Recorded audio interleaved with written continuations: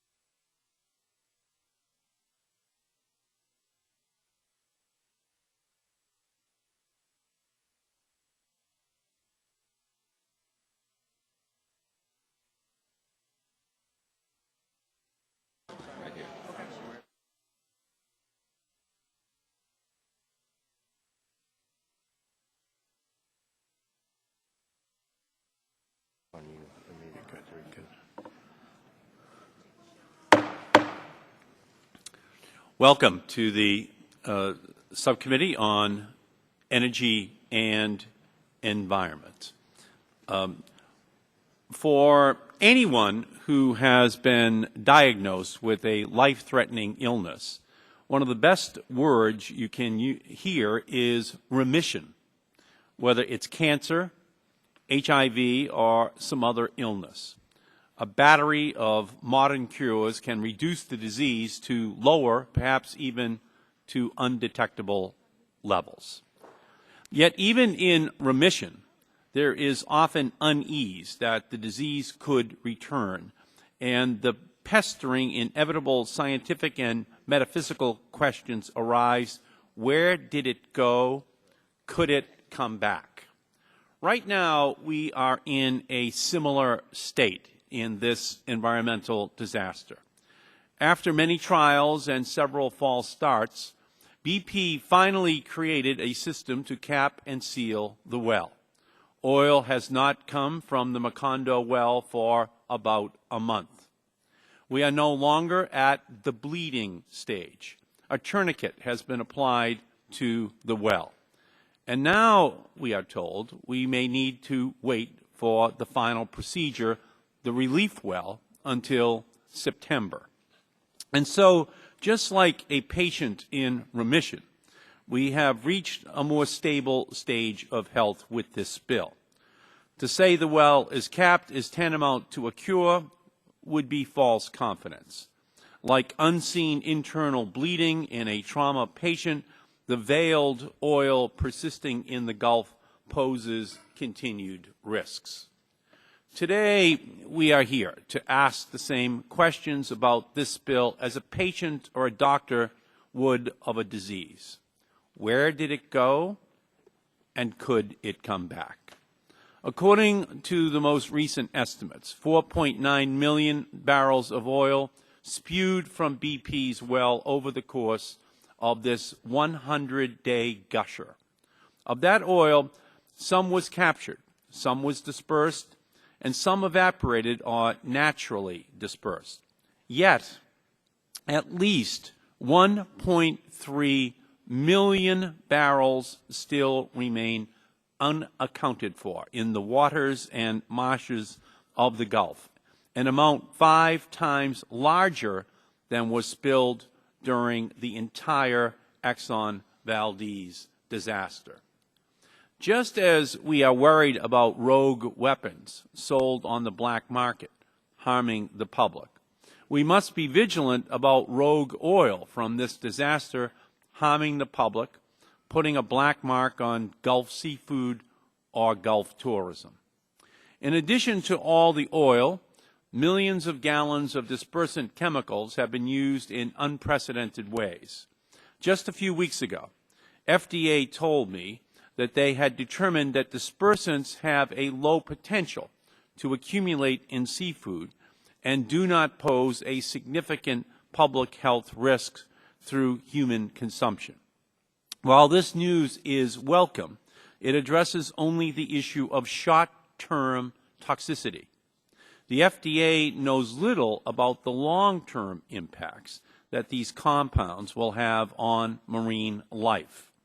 Nor do they know how the presence of oil and dispersants may influence the concentration of other toxic compounds in seafood species.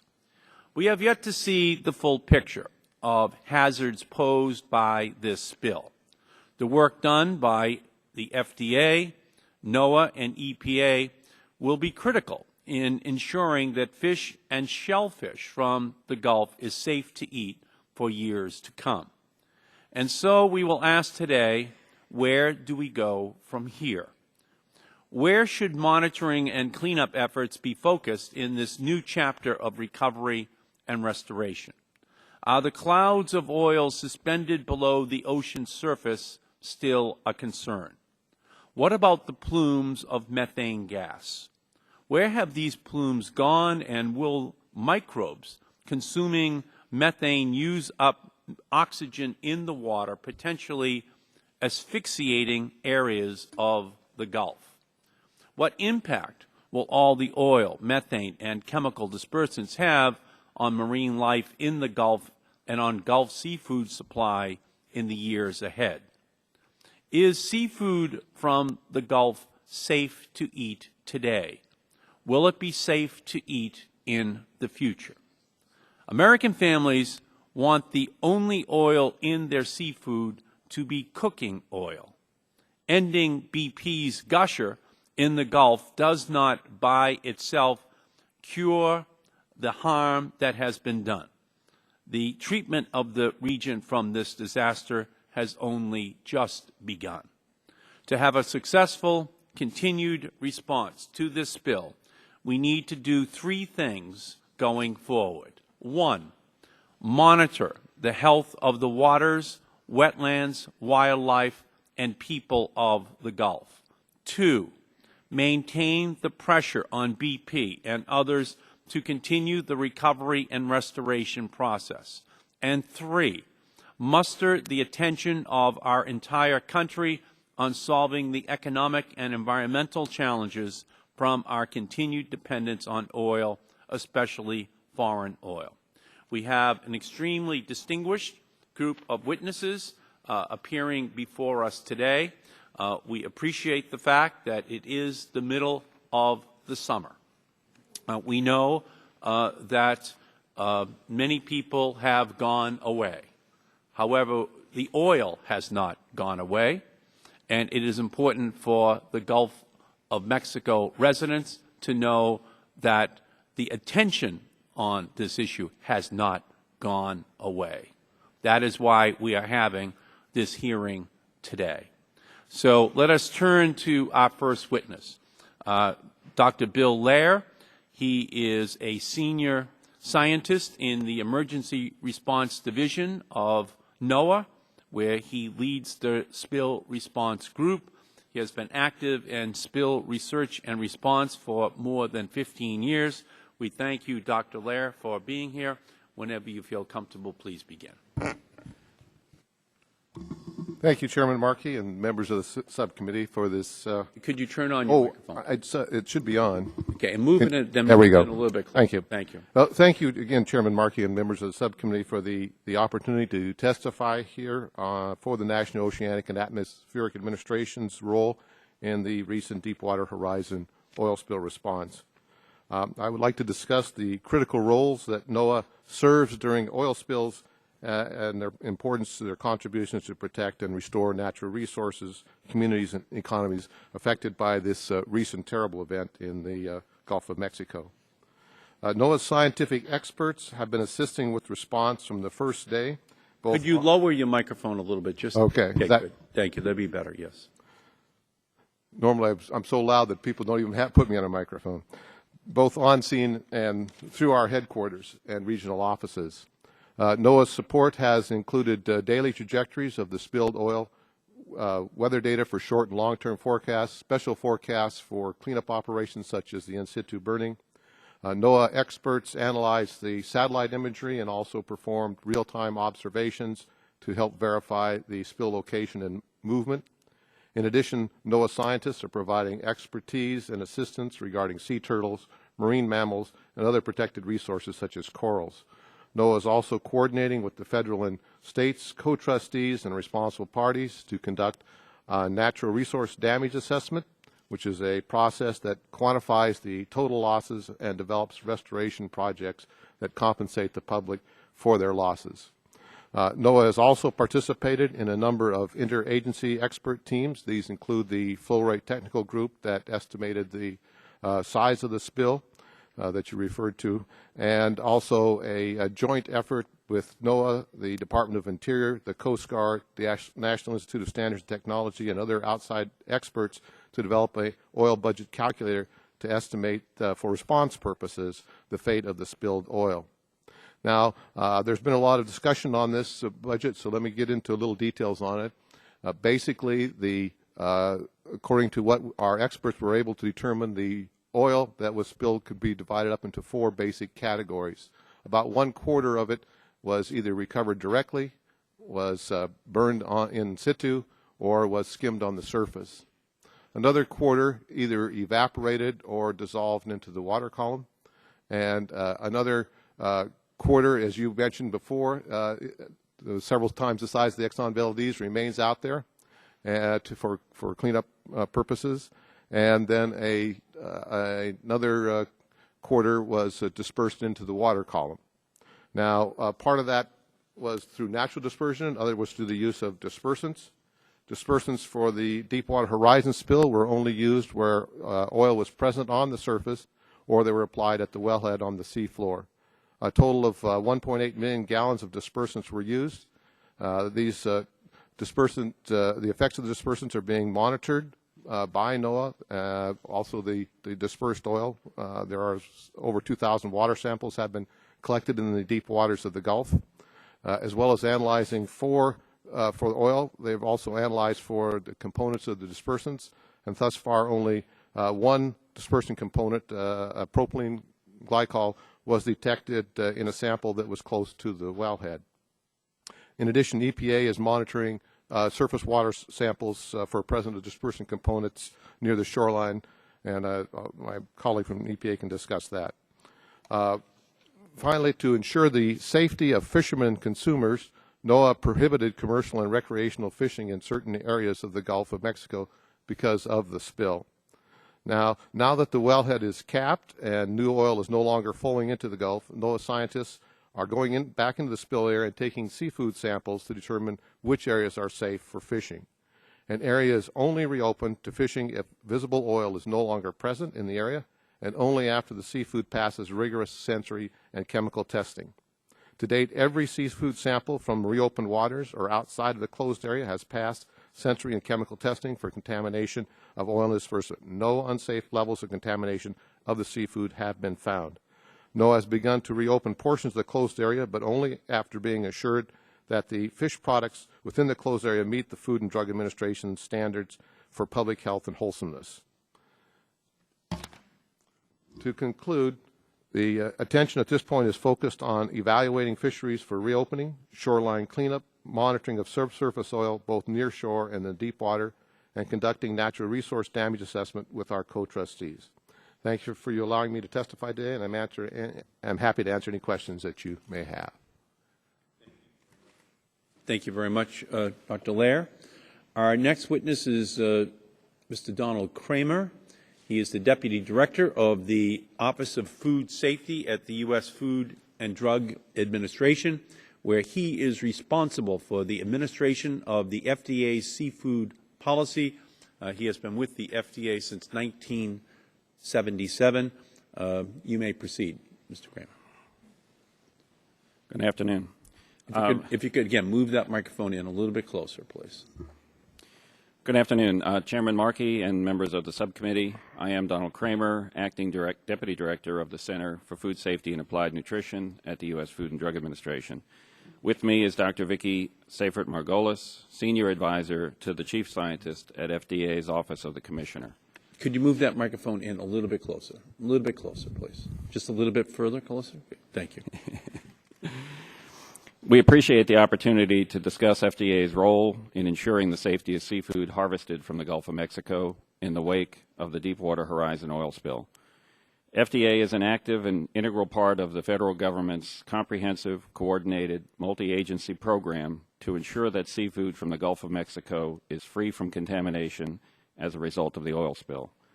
This program is important not only for consumers who need to know that food is safe, but also for the fisheries industry, which needs to be able to sell its product with confidence.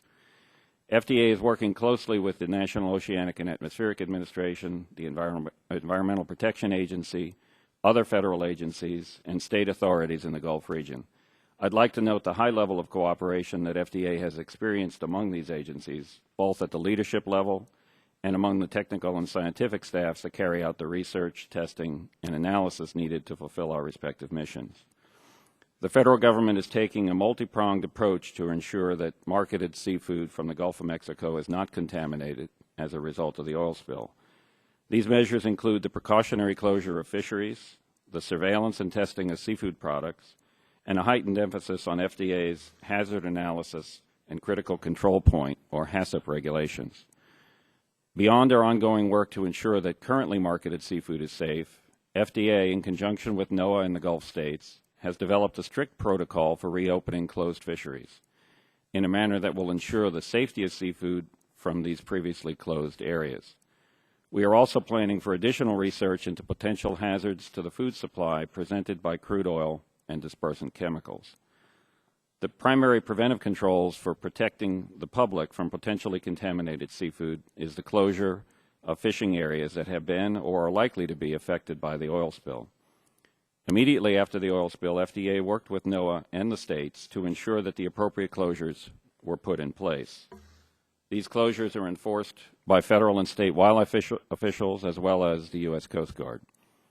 The second element of our approach is a heightened emphasis on FDA's longstanding HACCP, HACCP program for seafood, in which processors are obligated to identify hazards that are reasonably likely to occur and institute preventive controls to address them.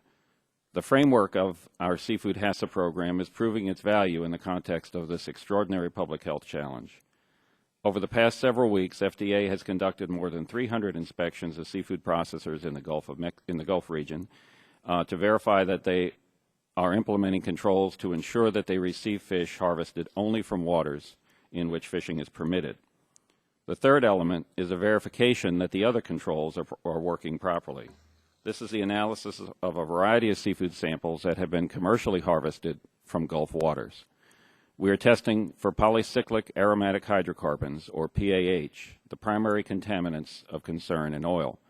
FDA has so far tested for PAH in about 500 animals, comprising a variety of seafood, including shrimp, crab, and oysters, from open state waters. The results of all samples have shown pH levels well below the levels of concern, usually by a factor of 100 to 1,000, essentially the same levels as were seen before the oil spill.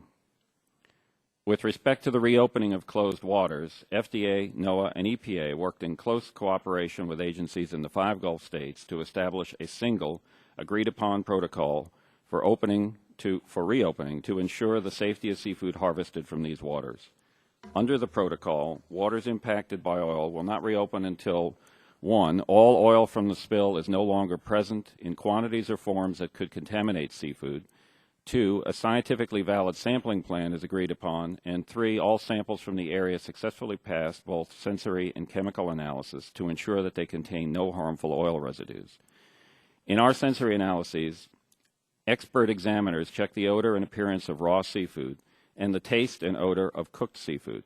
Samples that pass sensory testing are sent for chemical analysis for oil, which allows scientists to conclusively determine whether PAH contaminants are present in the fish or shellfish tissue that could be consumed.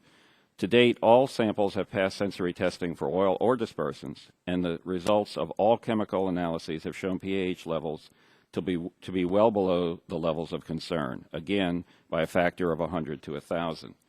To date, Alabama, Louisiana, Florida, and Mississippi have reopened some portions of their coastal waters to recreational and commercial fishing, with concurrence from FDA that the criterion under the joint reopening protocol have been met.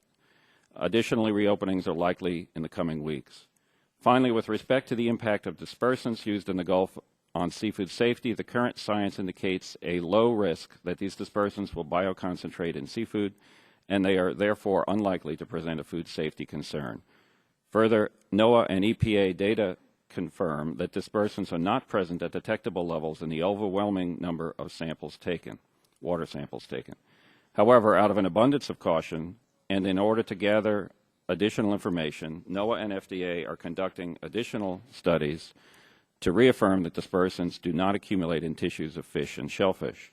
FDA will continue to study the long-term impacts of chemical dispersants on seafood safety, and we will take any new relevant information into account and adjust our protocols accordingly. I see that I've exceeded my time, so I'll forego my concluding comments. You may continue, sir. Thank you.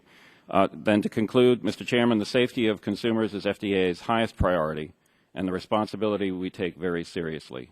In close coordination with federal and state agencies, we have been proactive in monitoring this disaster, planning for its impacts, and mobilizing our personnel and facilities to take the steps needed to ensure a safe food supply. The protocols and approaches we have implemented are protecting American consumers while minimizing the negative impact on Gulf seafood processors. Thank you for the opportunity to discuss these important issues, and I look forward to answering your questions. Thank you. Thank you, Mr. Kramer, very much. Our next witness is Dr. Paul Anastas. Dr. Anastas is the Assistant Administrator for EPA's Office of Research and Development and the EPA Science Advisor. He has conducted groundbreaking research on the design, manufacture, and use of environmentally friendly chemicals. We welcome you, Doctor. Whenever you feel comfortable, please begin. If you could turn on your microphone and move it in a little bit closer. Thank you, Chairman Markey.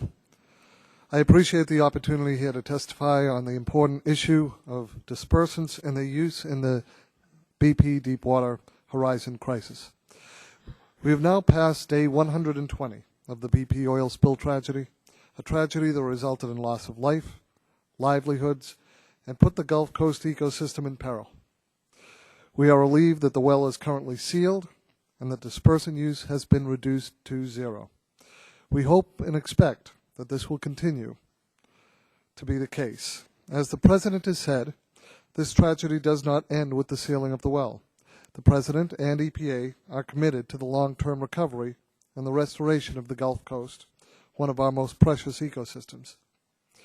In addition to its other responsibilities with oil spill response, EPA continues to rigorously monitor the air, water, and sediments for the presence of dispersants and crude oil components that could have an impact on health or the environment.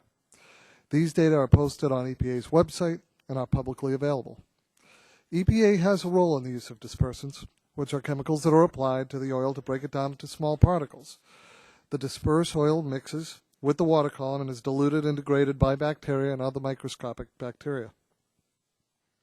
Specifically, EPA is responsible for managing the product schedule of dispersants available in the oil spill response. The decision to use dispersants as part of a larger oil spill response is not one that EPA took lightly. When considering dispersant use, we are faced with environmental trade-offs. The potential long-term effects on aquatic life are still largely unknown. And BP has used over 1.8 million gallons of dispersant at a volume never before used in the United States. But because of our aggressive and constant monitoring, what we do know right now is this. Our monitoring data overwhelmingly confirm modeling results that dispersants are not present at levels of detection for our method. For the rare anomaly, we investigate to either confirm or disprove the validity of a detection. To put this in context, of the more than 2,000 NOAA-generated samples and the nearly 1,000 EPA-generated samples, there have been only 2 detections above the method detection limit. These were immediately investigated, and our monitoring continues. Our monitoring results also show that oxygen in the water is not being depleted to dangerous levels. Now, given the unprecedented nature of the spill, the EPA directed BP to identify less toxic alternative dispersants. When the company failed to provide this information, EPA decided to conduct this testing independently in a rigorous, peer-reviewed manner.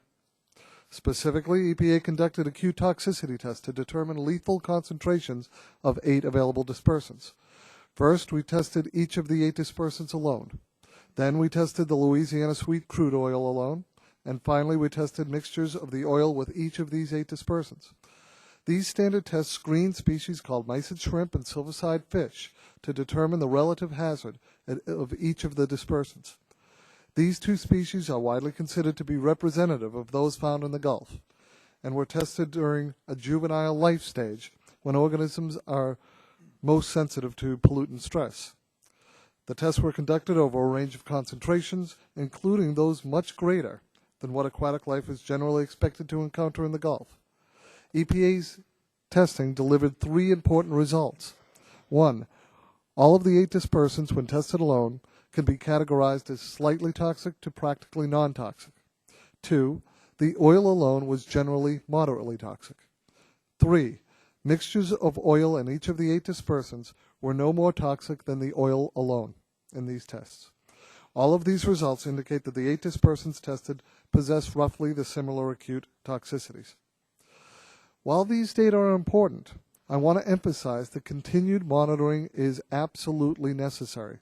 EPA has directed BP to monitor for indicators of environmental stress, like decreased oxygen levels and increased toxicity to small organisms called rotifers.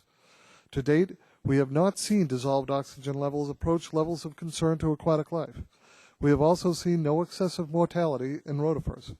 While more work needs to be done, we see that the dispersants have worked to help keep oil off of our precious shorelines and away from sensitive coastal ecosystems. The crisis has made it evident that additional research is needed. Congress has recently appropriated EPA $2 million to begin a long-term study on the impacts of dispersants.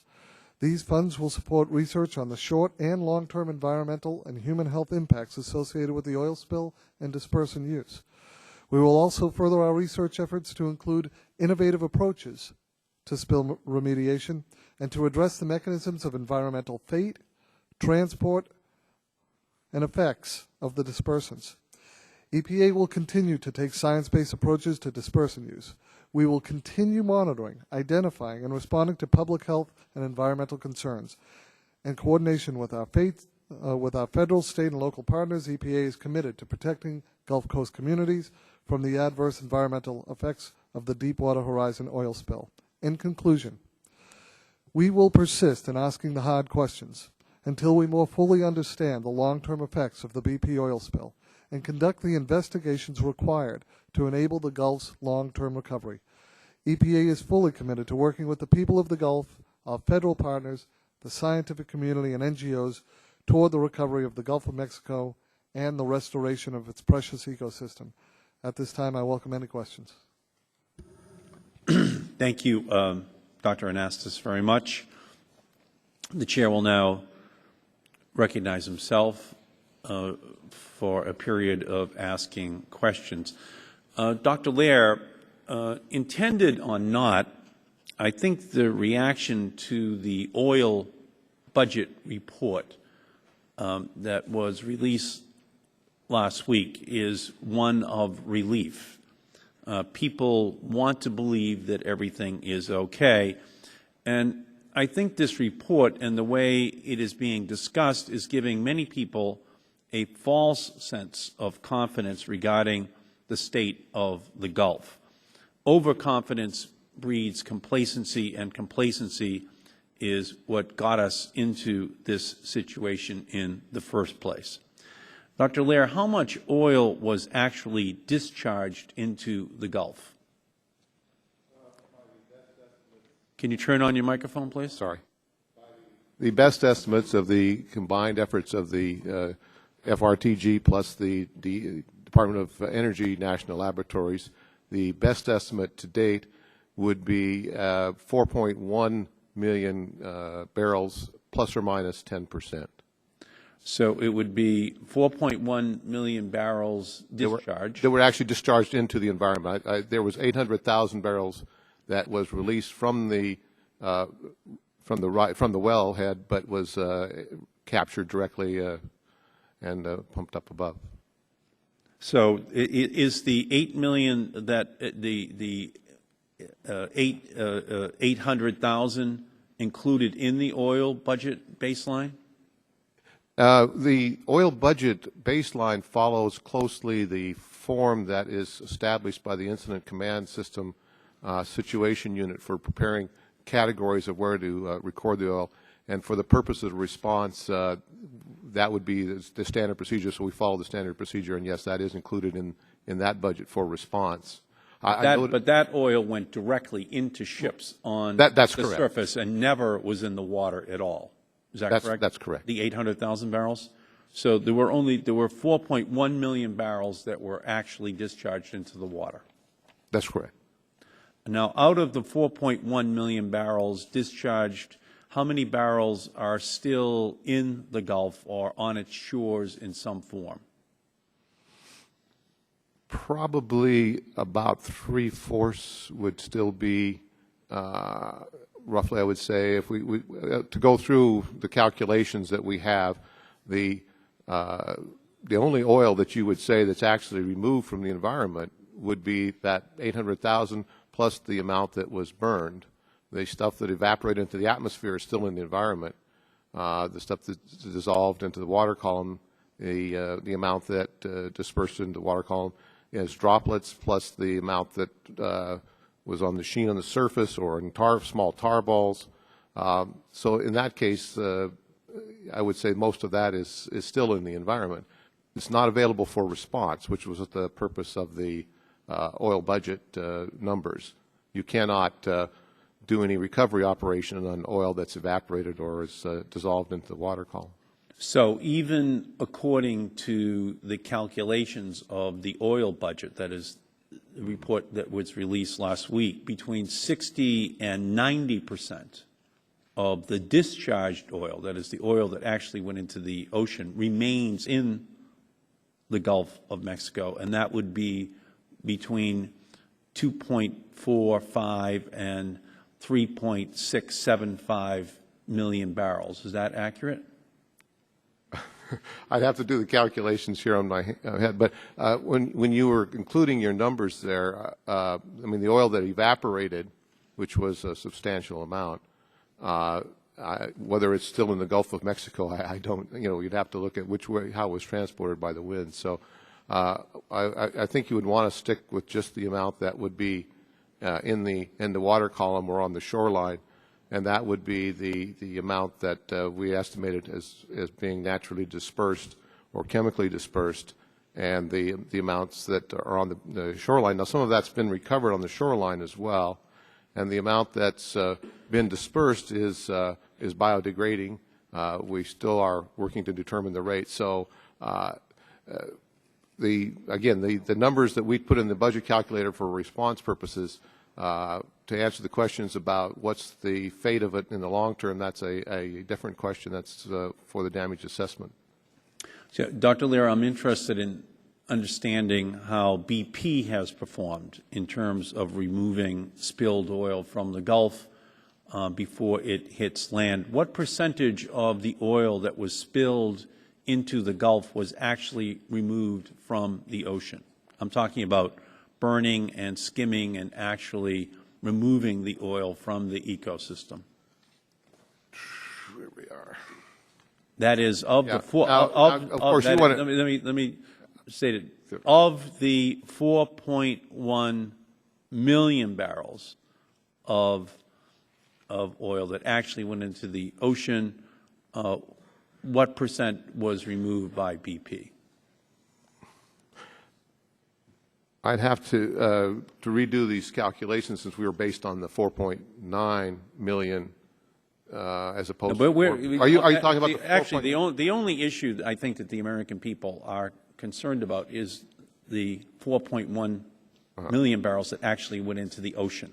So it's important for us to discuss that issue and separate it from the oil that just went directly into the ships and never was in the ocean at all, because that's where the concern is, and people should have a very good understanding of what percentage of that oil has been removed thus far. So do you have a number or well, you'd have to take the ratio of 4.9 divided by 4.1 and then multiply that by these the fractions that we have down here for so if you could use your own chart, Dr. Lair, right, and break that down in a way that could help us to understand of the 4.1 million barrels, so how much BP did. Mm-hmm. So if you take the 5% for that was burned and multiply that by the ratio of 4.9 to 4.1, I must admit in the era of pocket calculators, I can't do that math in my head. And then if you take the amount that was skimmed, 3%, multiply that by 4.9, find 4.1. Now, are you using 4.9 or 4.1 as you're doing this? No, you asked me to use it with the new ratio. Okay, 4.1.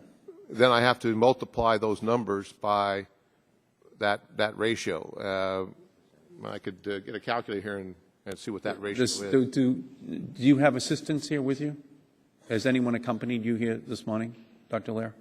Could one of your assistants do that? I mean, I've got a calculator here.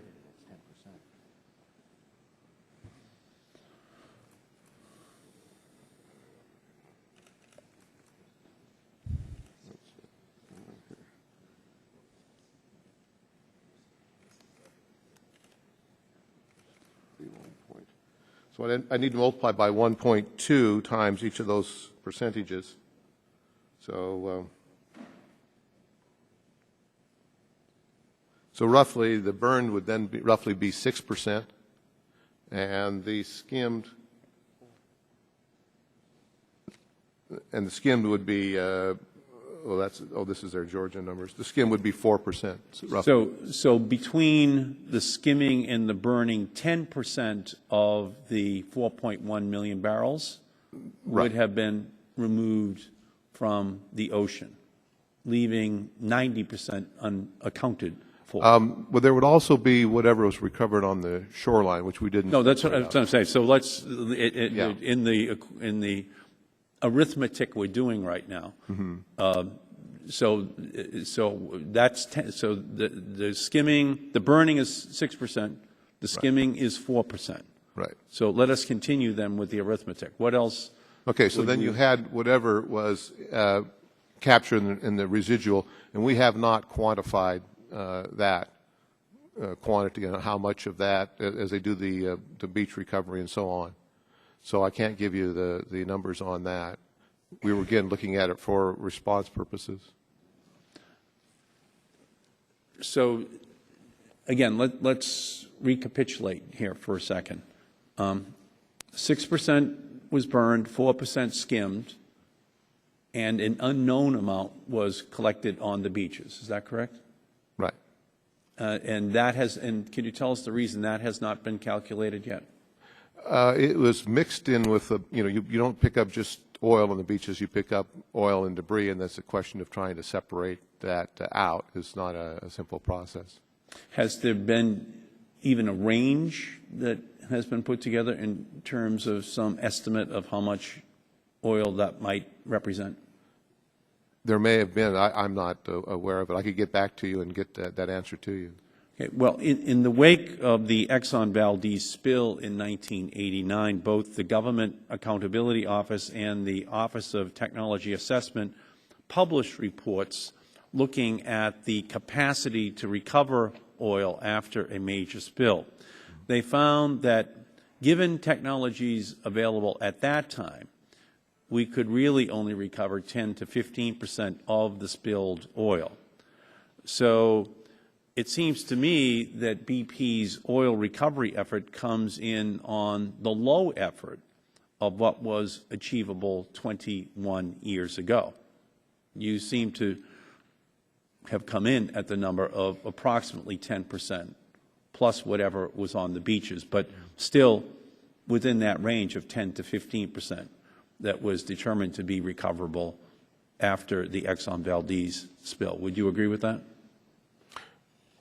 Yeah, I mean, in terms of the actual the oil on those categories. Now, this was there was, of course, in this case, the unusual event of a large amount of natural dispersion and the addition of large amounts of a record amount of, as far as I'm aware, of chemical dispersants, and that's considered a type of response. So one would have to say, how do you weigh that? I understand, but I'm just talking in terms of the standard mechanical and burn operations, beach recovery. I would say, yeah, this was this was about average for what we'd seen from major. I'm just trying, if I could, Doctor, I'm just trying to divide the questions so that the public can understand what it is that we're talking about.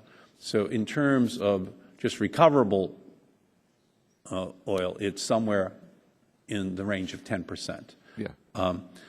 And in my mind, that is not a passing grade.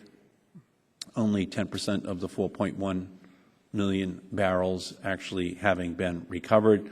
I think we all saw this coming, and with all of BP's talk about using golf balls and nylons and hair to clean up the spilled oil, I think it's important that even using a 21-year-old grading system, that BP has done a very poor job in cleaning up the Gulf. So, Dr. Laird, throughout the entire BP saga, I have pushed for BP and the Unified Command to make this process as transparent as possible. The way I see it, the more people we have independently analyzing and verifying the data and information associated with the spill, the better and more informed our response decisions will be. With regard to the oil budget, is this something NOAA does as part of the operational response to a major oil spill? The oil budget is a traditional part of a response. As I mentioned before, it's there's a special form that's filled out as part of the situation unit in the incident command system. The standard procedures for that use, amongst other things, a model that was developed by NOAA, but also they use some other techniques such as observers estimating the size of the spill. In the case of this spill, because it was so large, because it went on for so long, and in particular because it was occurring at a mile underneath the water's surface, it was necessary to develop the special tool, which is what we did with the budget calculator. Now, I've noticed in the press that this is called the NOAA budget calculator. I'd like to receive credit for that, but one thing in science that you have to do is to recognize the contributions of others. And so this really was a joint effort of both government agencies and the outside experts in the field to develop this tool. So, Doctor, is there an established methodology for making the oil budget calculations? There is a standard form that you would calculate to divide the budget into, but in terms there is a normal procedures that we had to modify because of the circumstances for the spill. In the case of the Deepwater Horizon spill, how long has NOAA been calculating an oil budget to guide the response efforts from the Unified Command? In terms of the incident command, we started working early in I believe in either June, starting to work on the development of the tool, and we're providing guidance for some time in July for the incident command. So has NOAA been using the established methodology for calculating an oil budget in this case?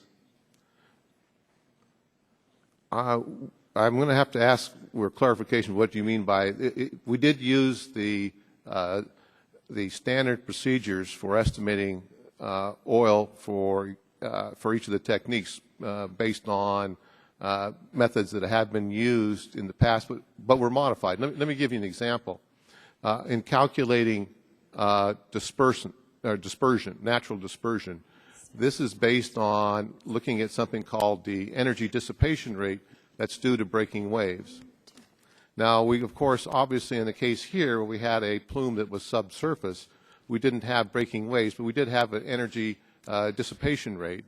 And we had to then employ some of the experts that worked on the FRTG to help us to calculate that energy dissipation rate so we could get a new estimate for natural dispersion. In the case of the evaporation, we know we have some standard models for estimating the evaporation of Louisiana sweet crude. It's in our oil library database, but that's for spills that happen at the surface. And the spills that are coming from a mile deep, there's some dissolution that occurs before it gets to the surface. Many of the same molecules that would evaporate on the surface become dissolved in the water, so we had to modify that to handle those cases. So it was the standard procedures, and to the extent that we had to modify them for the specific instances that happened in this spill. You have to be careful. Look at that again. Can I ask, has NOAA made available the background data and formulas that were used to reach conclusions on what happened to the spilled oil? In terms of the one component, in terms of the flow rate, the NIC has reports that have been released on that. In terms of the oil budget calculator, which is what I assume that you're referring to, this was an oil spill emergency, not an oil spill experiment. When we put together the team, our priority was to get an answer as quickly as possible to the incident command. Now, the technical documentation is being written, and and will be peer reviewed. It will be long, it will be boring, it will be filled with graphs and charts and all the references and the passive voices that are typical of such reports. And I assure you it will bore everybody except for those handful of us who actually like to do oil spill science. But for those, I've noticed that some of our academic friends have asked us for this. I would, for the younger friends, I would suggest that patience in this case is a virtue. In an emergency, you first get the answer. You do not tell Admiral Allen that he's got to wait 3 months while your report goes through peer review, but that will come.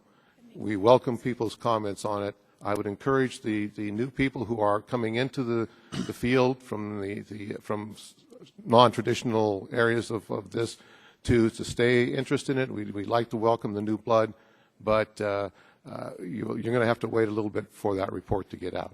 Well, I appreciate the desire to complete a full peer review, Doctor, but you've already issued 4 pages of findings and a 10-page supplement that explains some of the calculations in greater detail. If much of this oil budget is standard procedure for NOAA in response to an oil spill, why can't that information be made available sooner, especially given the historic issues that many independent scientists have voiced regarding the conclusions of this report? Well, I would say this. I would prefer, and I think as all the scientists would prefer, that because the emergency is, the questions now are on a different time frame when we move from the response to the damage assessment, that it is better to take the time to do it right. Now, yes, some of the methods are standard, but some of them had to be modified, as I mentioned in my testimony, in terms of the evaporation calculations and the natural dispersion. We're doing a thorough literature survey because, again, we are understanding that this report is going to be looked at not only by oil spill scientists who've been doing this for 20 years, in many cases are contributing to the report, but by other scientists who are coming to this with this is their first major spill event. So we want to provide a complete document here that will answer all their questions. And I think that, let me ask this. Will NOAA agree to make available to the public the citations of the scientific literature, formulas, or actual algorithms that would allow independent scientists to evaluate the report's findings?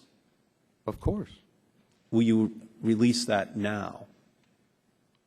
It's still being compiled. You've already released a report last week. Could you give us, for the public consumption, the citations of the scientific literature, formulas, or actual algorithms that you used in creating your oil budget? All that, first of all, and again, I'll come back to this. Is not a it is not a NOAA product. This is a product of a joint effort. And what we're trying to do, Doctor, is to get at the methodology so that we understand what was used in order to produce your initial oil budget. You're saying that it has to be reviewed for some time in order to determine whether or not you got it right.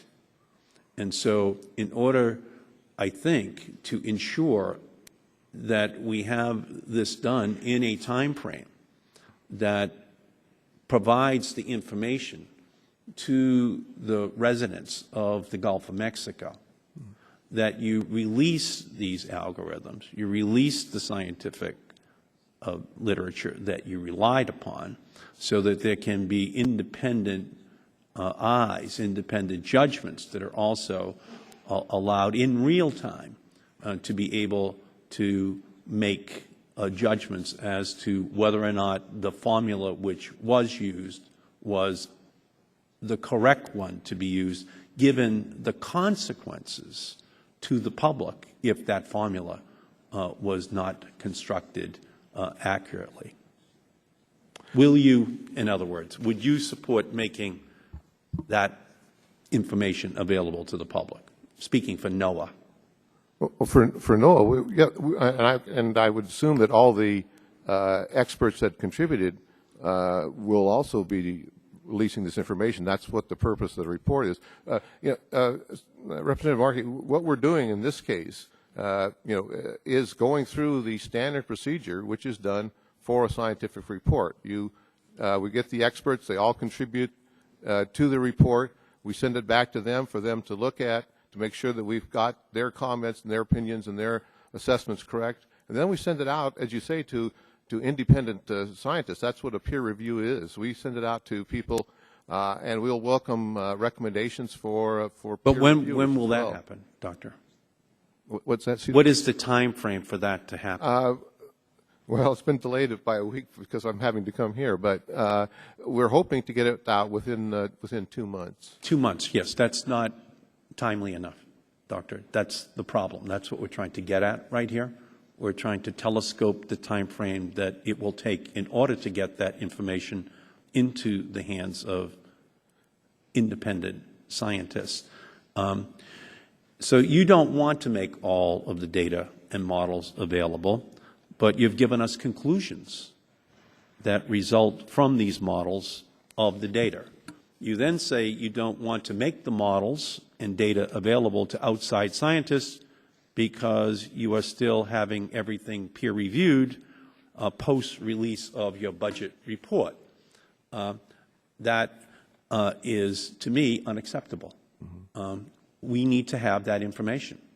The report that you released last week received international attention.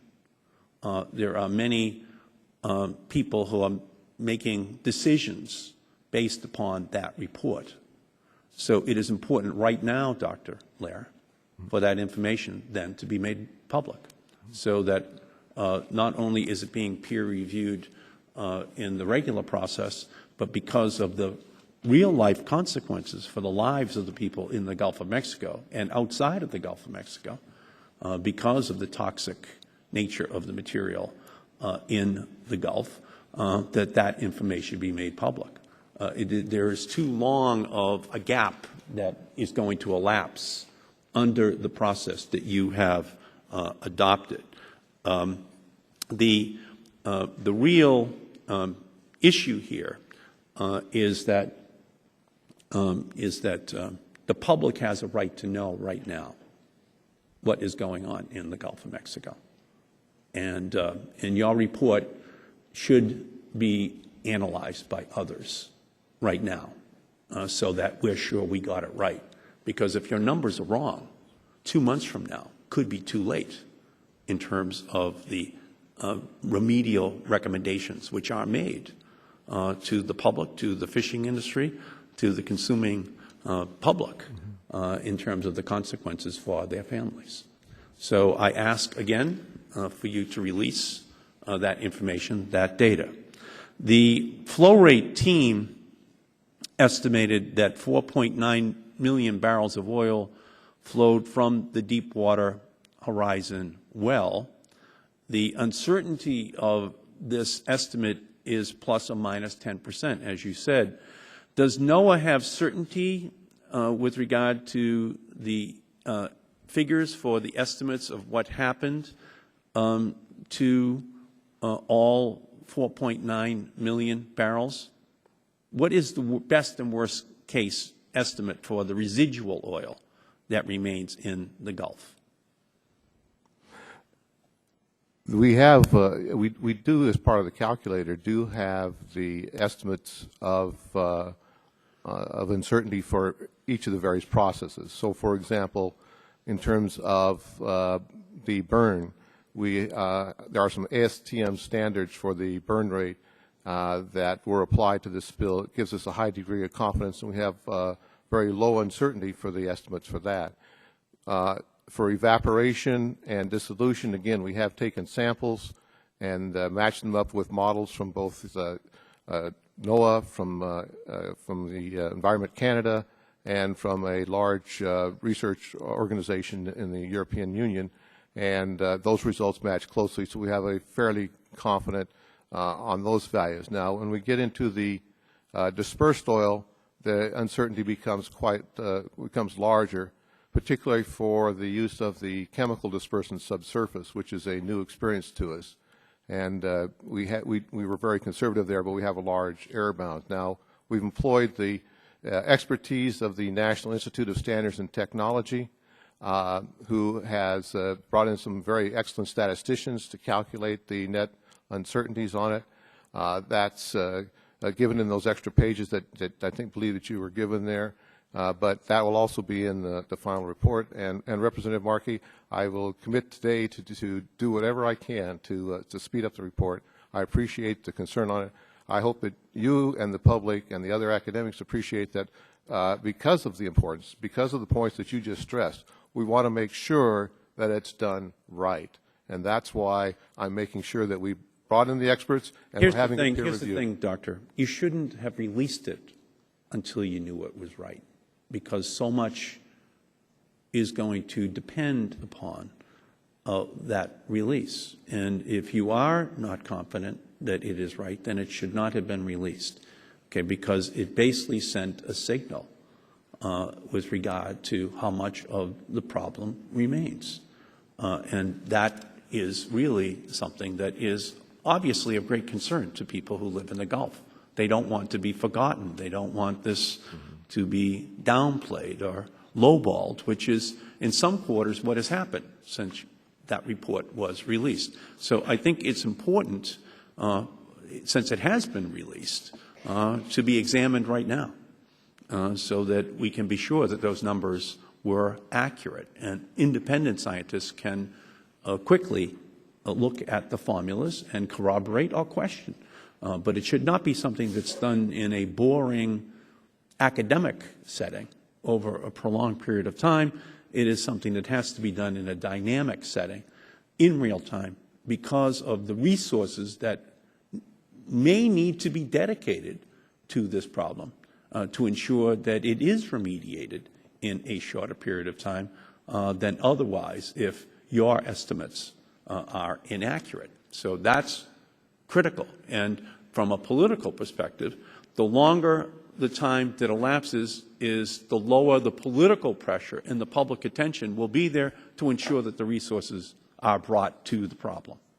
And so we have to make sure that we do this in a timely fashion so that, unlike the Exxon Valdez spill, we actually do something in real time so that everything that can be learned about it is learned about it.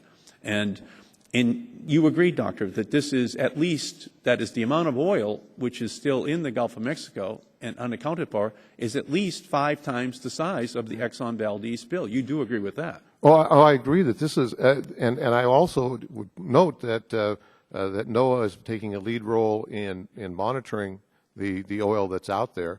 We'll continue to do that. I don't think the report, and it should not be interpreted as saying that somehow this spill is over with. No, it's not that it's over with, but there was an optimistic spin in some quarters that that was placed upon that report, and since that is happening in real time, then the independent evaluation of that report must happen in real time, because if it's wrong, then many opportunities for a calibrated response to the defects in the report will have been lost. And so that's why it's important for you to surrender this information now to independent scientists. So according to NOAA's oil budget, 408,792 barrels of oil were chemically dispersed out of a total of 4.1 million barrels, approximately 9% of the total oil in the Gulf of Mexico.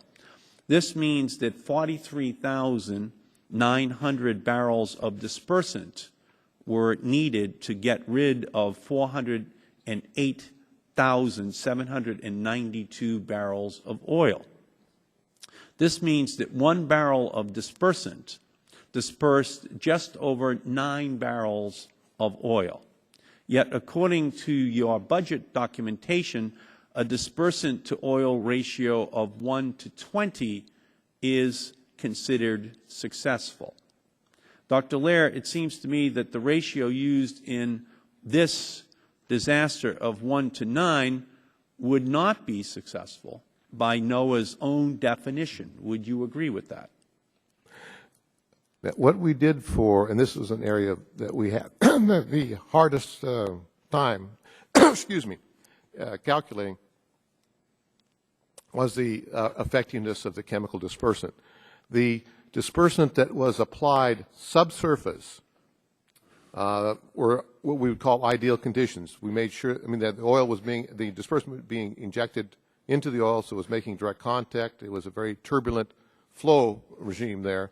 So this would be the ideal conditions for dispersant operations. We asked the people who make a living applying dispersants what they thought would be the effectiveness, and they had numbers as high as 30 or 40 to 1 ratio. We looked at the literature, and the oil industry literature suggested that a successful operation was 20 to 1. So we decided to be conservative and say we'll go with the 20 to 1. We may very well have underestimated the effectiveness of that subsurface dispersant. Now, at the surface, where a lot of the oil, all the dispersant was applied, they were applying on oil which had partially weathered and had partially emulsified. The viscosity was high, and according to past spills, dispersants would have been not as effective. But there was a study that was done by Sintef in a research group out of Norway with this emulsified oil using these dispersants that said that it was showing some effectiveness.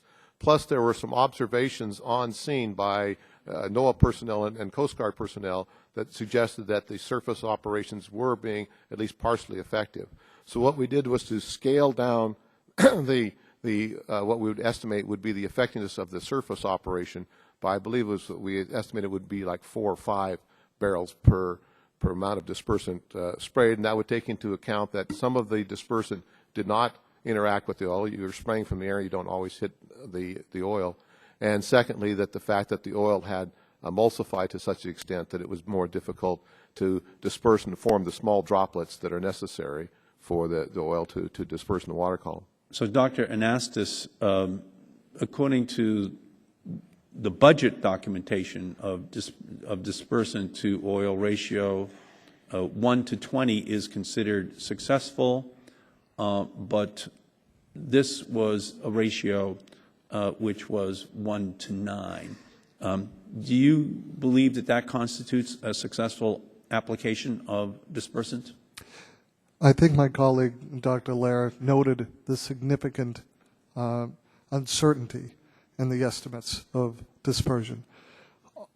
All of the evidence, all of the monitoring that was conducted in an ongoing way that was required by EPA during the application, especially of the subsurface application of the dispersant, showed effectiveness. We ensured that through fluorescent spectrophotometry that particles were being formed. This was a high-energy system. We have reason to believe, and evidence shows, that it was an effective and relatively efficient. So given your own numbers and your own analysis, how successful would you say that it was? Well, I don't think that there's a way to measure the ratio between chemically dispersed and biologically dispersed oil. So I don't think we can have precise numbers.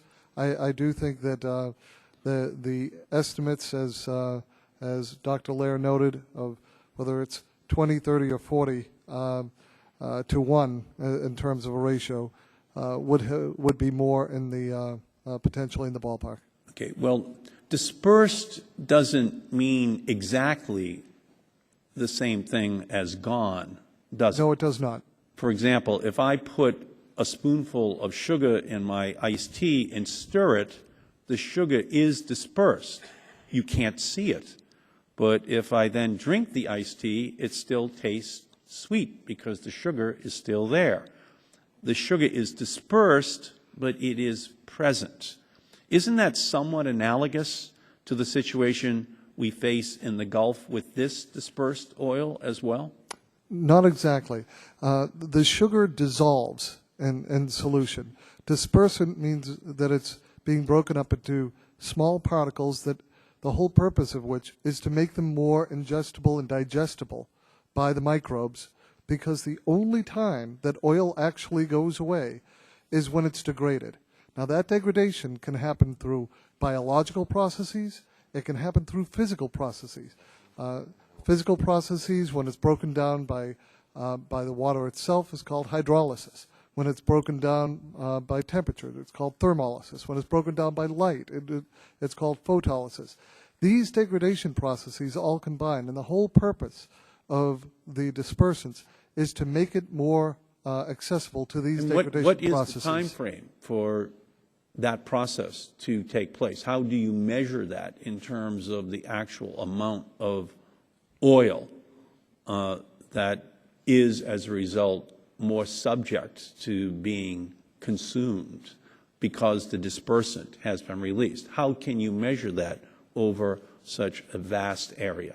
There have been studies done even by the EPA and its partners, and part of the rationale for applying dispersants is because we have seen rates of degradation increase by as much as 50% with the use of dispersants. Did you say 15 or 50? 50%. 50% over those untreated. Okay, thank you. Dr. Lair, government scientists have now estimated that 4.9 million barrels of oil escaped from the BP Macondo well, but that number does not include the methane that also came out of the well, much of which entered the Gulf of Mexico.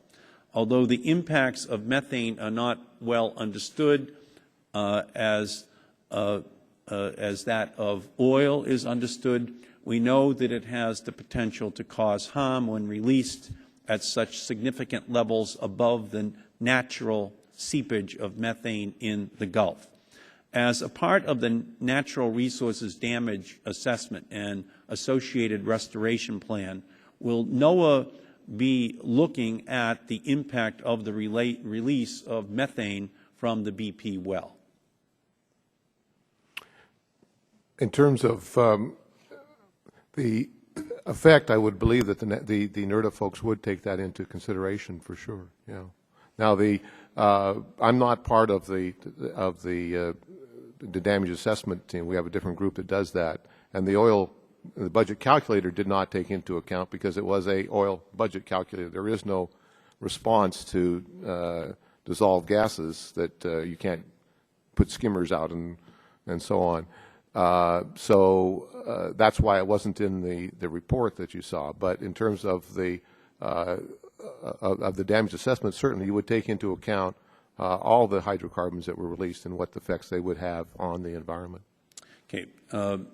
Just a few weeks ago, in response to a letter I wrote, FDA explained that while it does not presently monitor for dispersant chemicals in the tissue of seafood, the agency is working closely with NOAA to conduct further studies to determine if dispersant chemicals or their metabolites can bioconcentrate in the flesh of seafood species. Mr. Kramer, what is the status of these studies? Mr. Chairman, I'd like to refer this question to Dr. Margolis. Okay. Could you identify yourself for the record, Doctor? Dr. Vicki Seifert Margolis. And what is your title, please? I am the Senior Advisor for Science, Innovation, and Policy in the Office of the Commissioner, the Food and Drug Administration. Okay, fine. We have been working with NOAA on developing chemical methodologies for the detection of one of the major components of dispersant, which is dioctyl sulfosuccinate sodium salt, or DOS. This component is about 20% of the total Corexit dispersant which was applied in the Gulf. Essentially what we've done is two series of studies where we're exposing crabs and fish in tanks in controlled settings to DOS at 100 parts per million, which is an effective concentration of 20 parts per million of the DOS. We then do exposure times of 24 hours with subsequent washouts in clean salt water for 24, 48, and 72 hours, and then assess the concentration of DOS in the hepatopancreas or liver, as well as the muscle tissue. We have preliminary data to date suggesting that there is not any bioconcentration of DOS in the hepatopancreas or in the muscle Could you tissue of explain crabs. what DOS is so that the public who is watching can understand what that is? Sure. DOS is a detergent, essentially a detergent-like compound that's actually found in a variety of products, including a number of over-the-counter medical products. It is used to help disperse the oil, but it is generally an inert, non-toxic substance. And there have been significant studies on toxicity of DOS demonstrating a lack of toxicity of this particular component of the Corexit. All right, please continue. So essentially, we conducted these tank studies, and we found no evidence to date of concentration of DOS in the crabs and some shrimp that have been tested so far.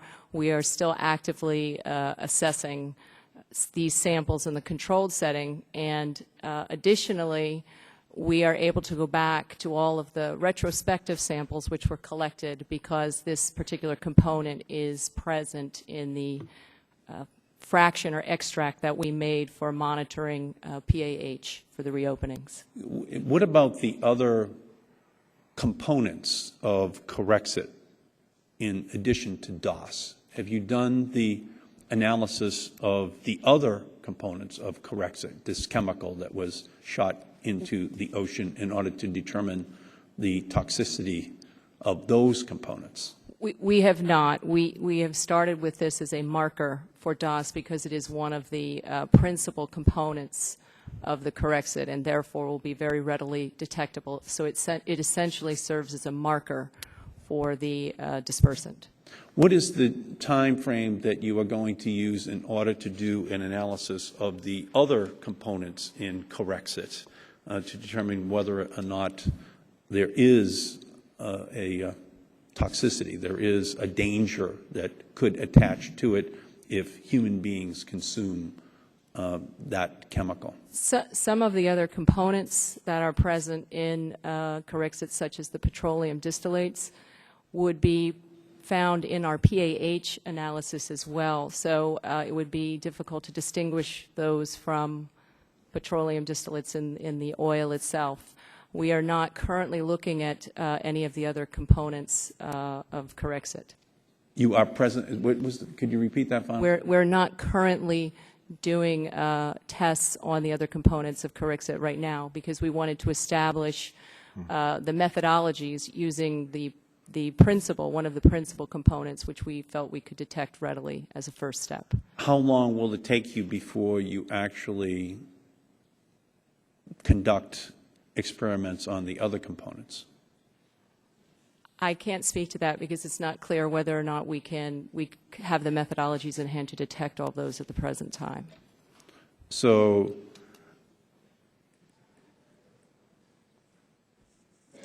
if you find DOS in your seafood samples, then what? Then we would consider that as something that we would need to go back and reevaluate the samples for a possible presence of dispersant.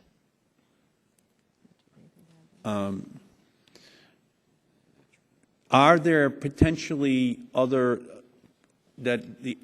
components in Corexit that are known to be toxic? There are a number of components of Corexit. I think the EPA could probably speak better to toxicity studies that have been done on the various components of Corexit. Okay. Dr. Anastas, are there other components in Corexit that have been known to be very toxic? I guess I'd first start off by saying that the testing that we conducted, that the administrator ordered conducted was on Corexit itself. So, of course, when you're looking at the entire formulation, all of the components and their contributions to toxicity would be considered. And it is important to look at the formulation as a whole. So the toxicity results that I reported in my opening statement. So are you saying that as a result that there's no point in even bothering to examine the other components in Corexit because you've already studied Corexit? No, I'm saying that when you do toxicity studies on the Corexit as a whole, you are, in essence, doing toxicity studies on the components. And what I'm asking as a result, if I can go back to the FDA, does that mean that there's no reason to do any further study of these materials, even though some of them are known to be toxic? Yeah, Mr. Chairman, FDA, first of all, is fully aware of what are the components of Corexit. And we've looked at each one of these for toxicity, and I think we've, as you are aware in our response to your letter to the agency, each of these components are low toxicity to humans. I think we have to separate here the distinction between toxicity to marine animals, as I think was the concern that EPA was suggesting, from toxicity to humans if it's present in the flesh of the fish. So, of course, FDA's concern is the latter, toxicity to humans if it's in the flesh of the fish. We have looked at each of these components of Corexit, and they are all very common household constituents. So they're in things such as lip gloss and toothpaste and a variety of over-the-counter drugs. So they have been approved for use for consumption by people. These are components that FDA reviews for food additive purposes, also reviews. So let me guess, you have yet to put in place, though, a test in order to determine whether or not any of these chemicals are in, any of these components are in the fish. Is that correct? You've only done a study so far on the DOS, but not as a marker, but not on these other chemicals. So as you're sitting here as the FDA and representing the public's interest in determining whether or not these fish are safe to eat, it is without having completed the study in terms of these actual component chemicals inside of the fish. Is that correct? Yeah, I'd like to, if you don't mind, put that question in the context of what we have done, and I do intend to answer your question specifically. But the first question that FDA wanted to ask or answer with respect to dispersants is whether the constituents of or the components of the Corexit, what do we know about those, and what do we know about whether, one, they can get into the flesh of the fish, and two, if they were in there, what would be the risk to humans? The answer to all of these is that they have a very low potential to get into the flesh of fish. That doesn't mean they won't get in at any level. It means that they have a low likelihood of getting into the fish and are highly unlikely to accumulate at levels above what is in the environment, which is, we believe, is comforting. The second is, the question, as I mentioned, is do the components, are they toxic in and of themselves? And as I said, we are aware of all of these components, and they have common uses in products that are either intentionally consumed or, as in the case of lip gloss, do get consumed as a matter of course because of the way they're used. And these components have approval levels in each of those uses. So, and those levels are much higher than the levels that, under any circumstance, you could imagine would end up in the flesh of the fish.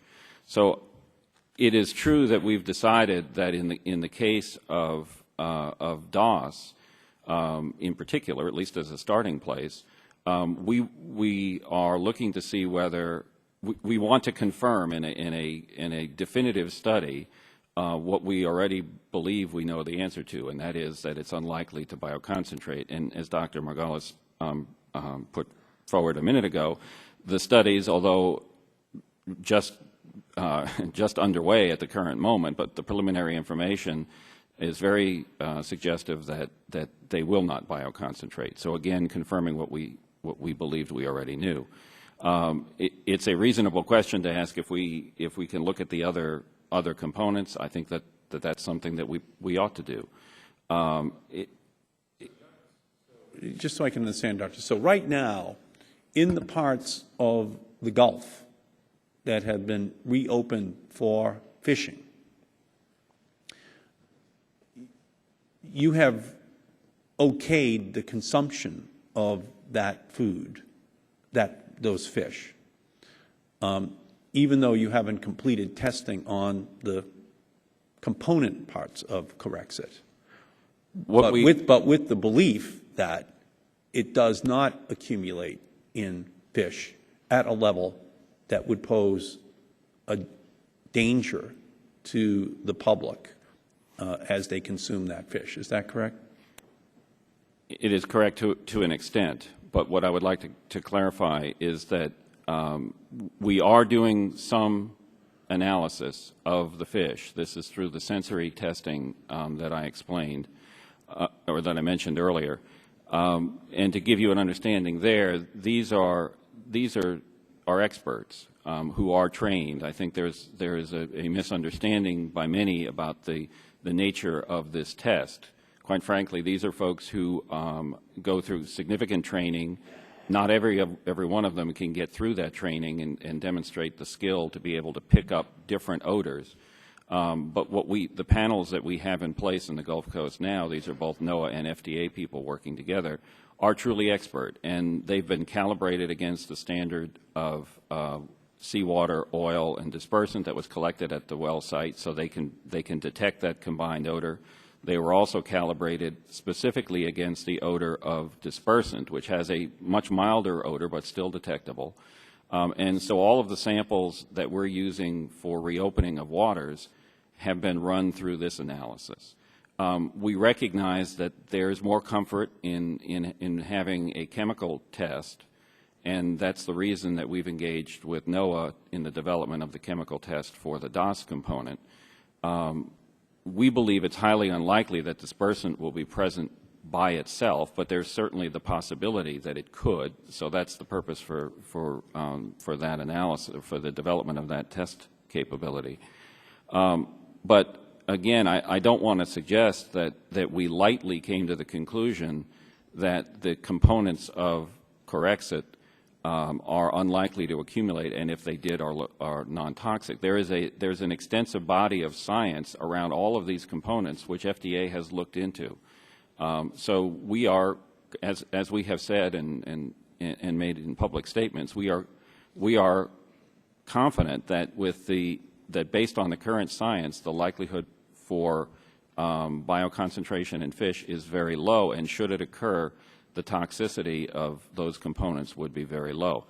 The studies that we're talking about are really there because of the unprecedented nature of this spill. We want to be able to assure the public that we have a test, but we don't believe there's any risk to the fish that's already or caused as a result of the fish that are already on the market. In the same letter, FDA stated that it defers to EPA to determine if dispersant and oil residues can accumulate in aquatic plants and eggs. Dr. Anastas, can oil and dispersant bioconcentrate in fish eggs? The properties of oil and the degree to which it dissolves in fat can allow oil to, in principle, enter into fat tissues and potentially enter those biological systems. All of the models that we've done on the dispersants would certainly suggest that we would not see the dispersants entering into and bioaccumulating and biomagnifying in the way that oil may. Is it possible that a fish may be caught and test clean in the adult tissues but contain eggs that have high levels of these toxic chemicals? I'm not aware of a mechanism by which that could occur. You believe that it could occur? No, I am not aware. You're not aware of a mechanism by which that could occur. Do you believe that further testing on eggs meant for human consumption be performed to ensure that all fish products on the market are safe? I'm sorry, if you could repeat that, please. Should further testing on eggs meant for human consumption be performed to ensure that all fish products on the market are safe? I would defer to my FDA colleagues on that. I would have to say that that the more data that we have, the more sampling we have to verify this is always good. That we need to rely on the data, and the data needs to drive us. Dr. Lair, how do FDA and NOAA ensure that fish that were located in oiled waters and were contaminated with toxic chemicals from the oil are not then swimming to areas that have been cleared for fishing? Well, Can you turn on your microphone, please? the presumption here is that when you take it, the fish is guilty until proven innocent, so to speak. So when they do their sampling, the fish has to. You don't assume that it's clear. You assume that it has to pass the tasting tests, and only then, if it passes those, does it then go to the laboratories of NOAA for the testing for the PAHs. So I would say that the case here that that we have that it would not necessarily, we would take that into account. However, to be on the safe side, there's a 5-mile buffer between the area of where the places would be opened or have not been closed in the first place and where oil was appeared. So you have to be an athletic fish. Are you right now engaging in intensive testing where the oil is still present in large quantities? Are you doing testing there? The testing for the fish is being done in areas where the oil is no longer present on the surface. Where the oil is? It's in the areas where either oil was never present, or in areas where it hasn't been present for some time. Then they do the sampling, and then of course every sample has turned out to be negative. They've never detected any PAHs in the fish. Okay, so, and I'm just going to use a hypothetical, and I don't know how accurate this is, but let's just use it as a hypothetical, that the bluefin tuna, which is ultimately caught up off of Georges Bank, off of New England, does spawn down in the Gulf of Mexico. Let us say, just for the sake of the discussion, and only for the sake of the discussion, that some of that spawning is going on right now inside of the much more oiled area of the Gulf. We know that those fish are ultimately going to migrate up off of the coast of New England. What is the testing for that fish or other fish that's going on inside of the oiled area that will ensure that it is safe when it finally reaches the part of the ocean where that fish or any fish is caught? And I think I'm going to I'll defer that question to experts that can answer that better than I can right now. Is there someone here who can do that for us? We don't have a NIMS. I'm sorry, can you move up to the microphone, please, and identify yourself? Chairman Markey. Sorry. Chairman Markey, I'm John Gray. I'm the Alleged Affairs person. We don't have a person from the Fishery Service here. We had one witness, and it was going to be Mr. Lair. So we can get those answers to you, but we don't have that person here for you. I think that's an important issue to be resolved in people's minds, because just seems, I think, to someone that thinks about the fishing industry, that these are not stationary, territorial entities in many instances. We're seeing sharks all up and down the coastline of New England, and they don't seem to limit themselves just to a 5-mile radius right now.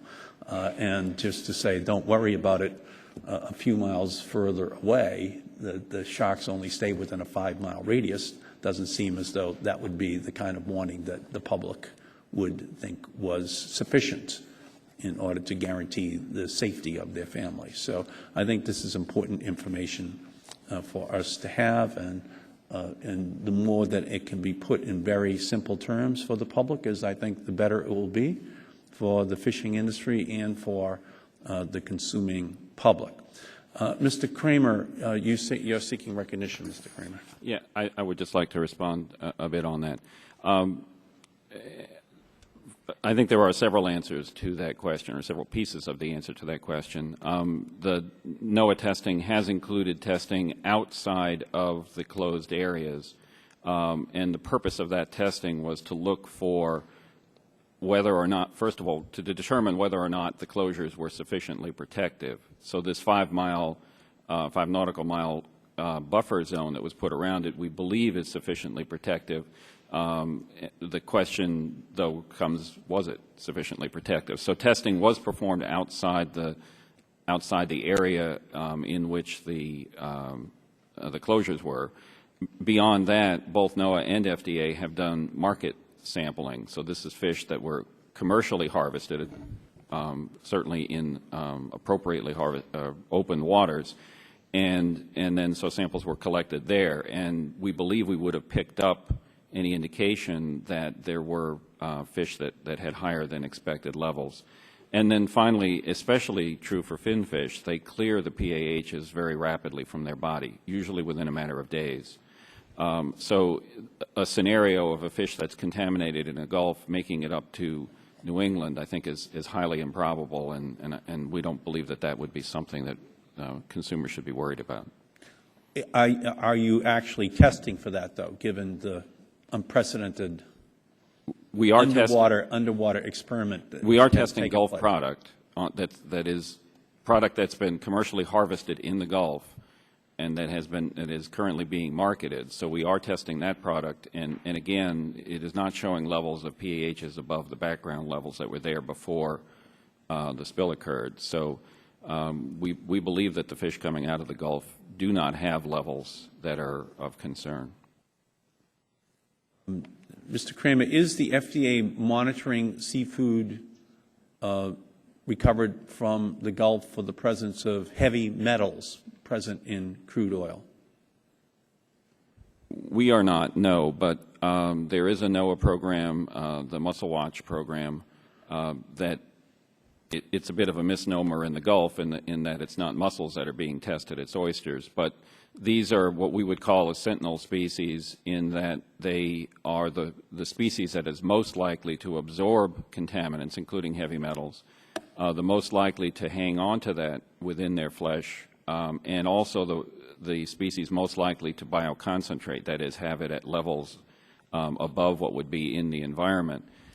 So this program has been in place for decades in the Gulf, so we have a very solid, well, in fact, nationwide, so we have a very solid background level. We know what the levels of these contaminants are. It includes any of the heavy metals, for example, that you would be concerned about here. Are you monitoring for it right now? And I would defer to NOAA to answer what has been done on this, but I wanted to mention that FDA is not, but the NOAA program we believe is a good sentinel program. Let me go to NOAA then. It's because it's my understanding that compounds like mercury, arsenic, and other heavy metals that are present in crude oil have the ability to accumulate in the tissues of fish in levels that may cause harm, particularly to pregnant women and children.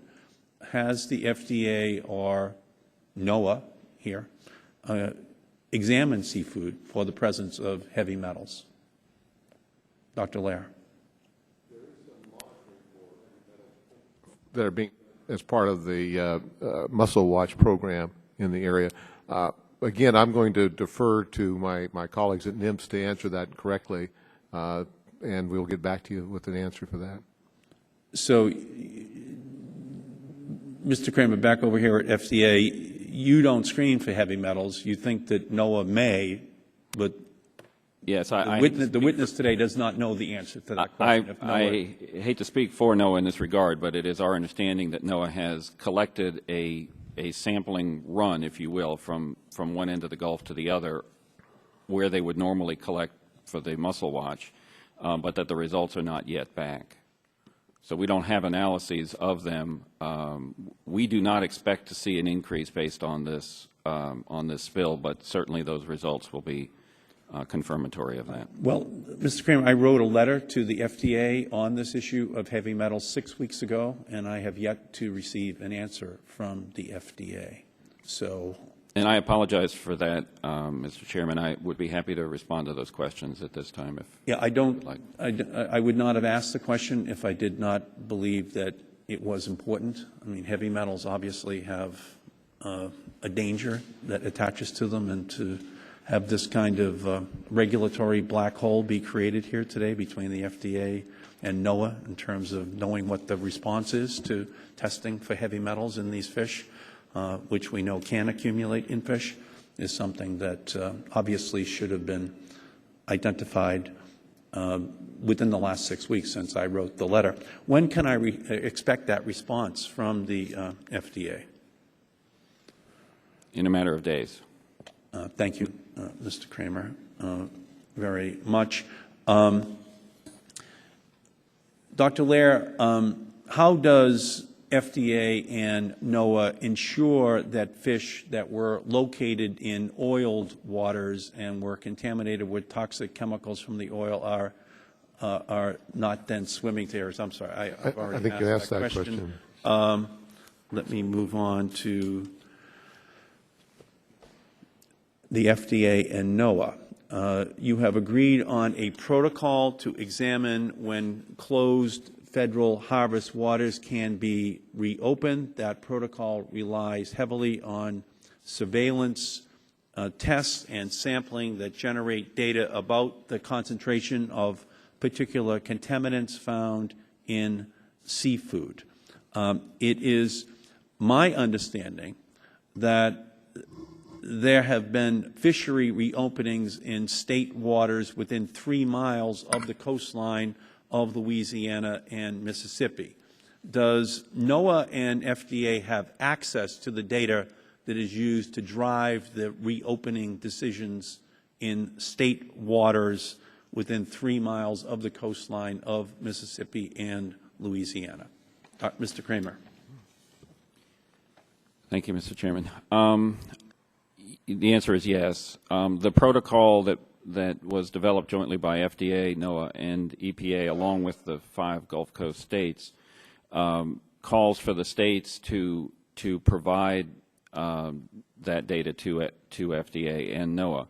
I should say that for reopening purposes, the states are acting under their own authority, as I think you know. What role does the FDA and NOAA have in the opening and closing of state waters? When the state has made a decision that they would like to reopen a portion of their waters for a particular fishery, for example, for finfish or for shrimp, they develop a sampling protocol or plan, and that identifies how many of each of the species and where they're going to be located that they intend to collect. FDA and NOAA review that proposal and either concur with it or make recommendations for changes. And at that point, the state then goes out and collects those samples and submits them to the NOAA laboratory in Pascagoula, Mississippi, which is where the sensory testing that I described a minute ago is performed. If a sample passes the sensory testing, then it is submitted to a chemical laboratory, and this is where the samples split. If it's federal waters, which isn't the question you raised, the sample would go to a NOAA laboratory. If it's if it's state waters, then the sample is handled by FDA or one of the state laboratories that we have under contract. And that's where we perform the analysis for PAH. The sensory analysis, as I mentioned, is for odors indicative of oil, as well as odors that are indicative of oil contamination. I'm sorry, of dispersant contamination. Okay, so can the FDA and NOAA state unequivocally that fish caught in the state waters are safe to eat? Can you state that unequivocally? FDA is and has expressed confidence in the fish that are commercially marketed from the Gulf Coast. As I said, I didn't mention that the sample results then come back to FDA and NOAA for review, and FDA then provides its concurrence to the state before the state reopens. So we are aware of the state of the oiling in that area, and we are aware of the levels of the results of the analytical tests before the water is reopened by the state. So yes, we are able to vouch for the safety of those fish with respect to the contamination from the spill. Dr. Laird, do you agree with that? Do you agree that the federal government is able to vouch unequivocally that the fish caught in state waters are safe to eat as well as federal waters?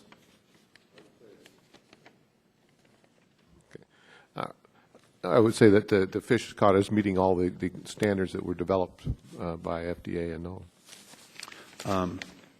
And what about non-commercial fishing? Recreational fishing is a major tourism sector in the Gulf. Can we be sure that those fish are safe to eat as well?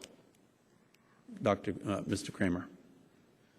FDA isn't directly responsible for recreational catch, but I can tell you that and the states again exercise that control, except in federal waters where NOAA exercises that control. But the states have implemented closures for recreational catch that mirror the closures that they have for commercial catch. So the safety of the recreational catch should be at the same level as commercial. Thank you, Mr. Kramer.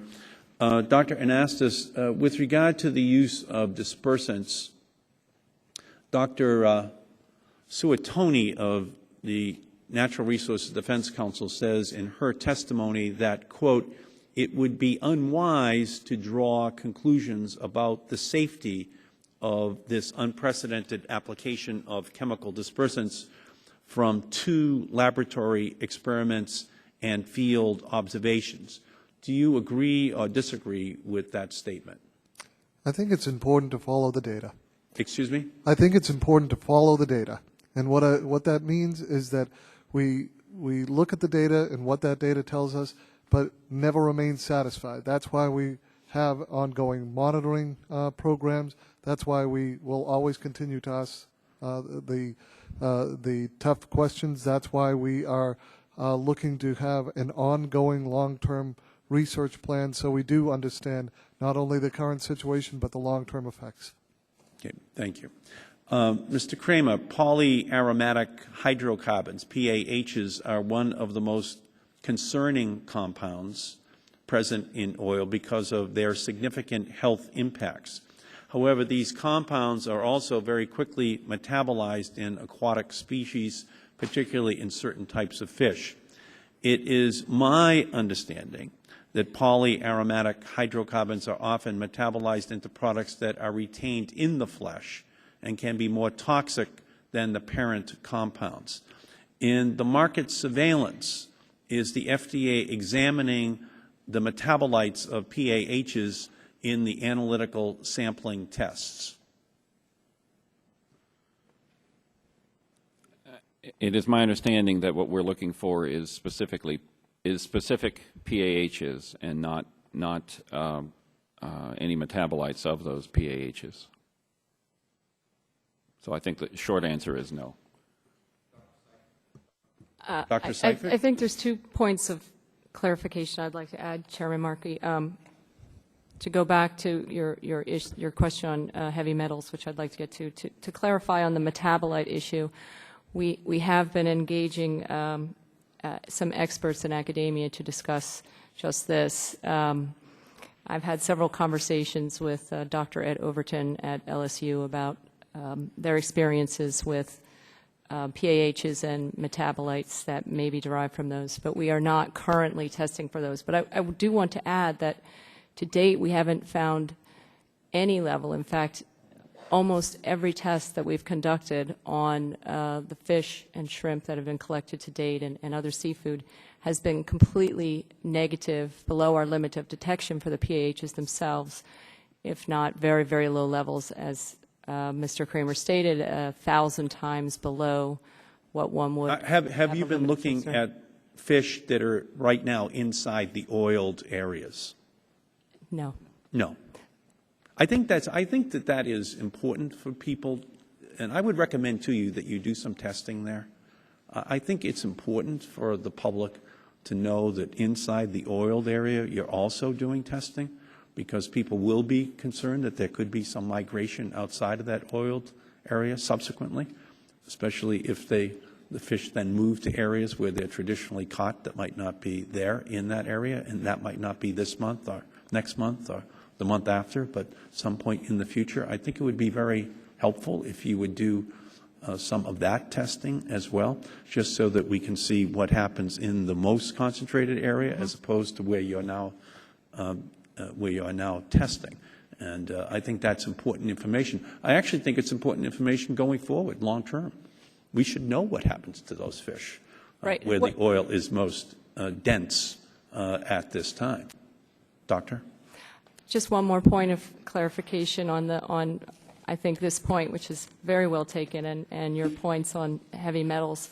We are also engaging with NIH and other scientists to develop long-term toxicity studies. I think those are incredibly important in terms of looking at potential for accumulation of heavy metals and toxicities that may derive from that.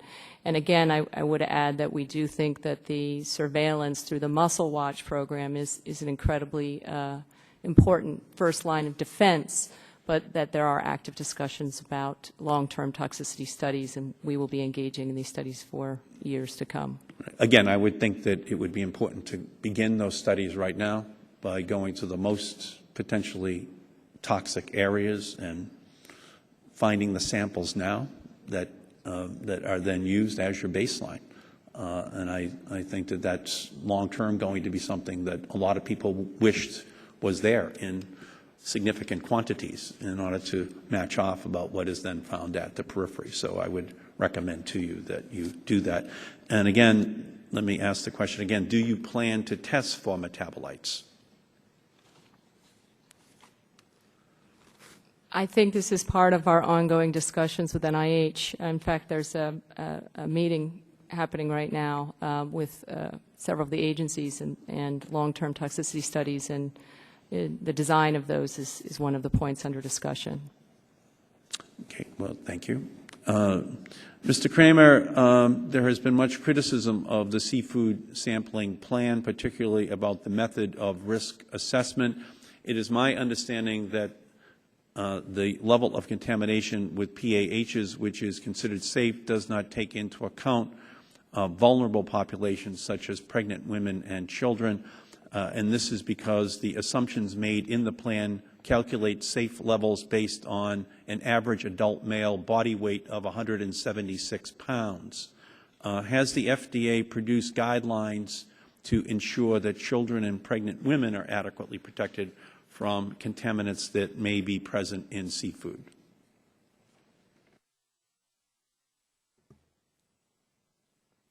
I think the short response to that is that we believe that the levels of concern that we established for the reopening protocol are quite conservative and will be sufficiently protective for all populations. but we also acknowledge that these are valuable comments, and we are committed to looking again at the calculation of the levels of concern to make any judgments about whether we need to modify the levels that we've established for the reopening. I would like to point out, though, that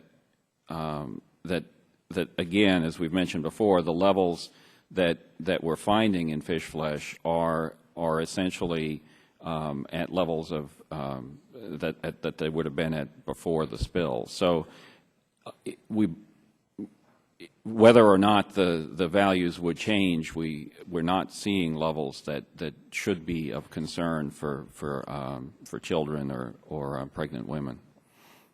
And I appreciate the conclusion which you've reached, but as you know, for 100 years, almost all medical research was done on the prototypical 176-pound male, and only in the 1990s, under pressure from the women's movement, that did independent research that dealt with the unique nature of women and children begin to be introduced. So the very fact that the classic 176-pound male is still used here is something that I think you should re-examine in terms of whether or not that is sufficient to deal with the more vulnerable population, which are women and children in this particular instance. The extrapolation of all of these lessons over to women and children, I think, is something that is probably now outdated, and this may be one of the last remaining models that continues to stay on the books as the exclusive means by which such a measurement is, in fact, made of the risk to human beings. Mr. Kramer, if an analytical test conducted by NOAA indicates that contaminated seafood has been found that was harvested from open waters, how does NOAA communicate this to FDA, and what is the feedback method to stop others from fishing in the same place?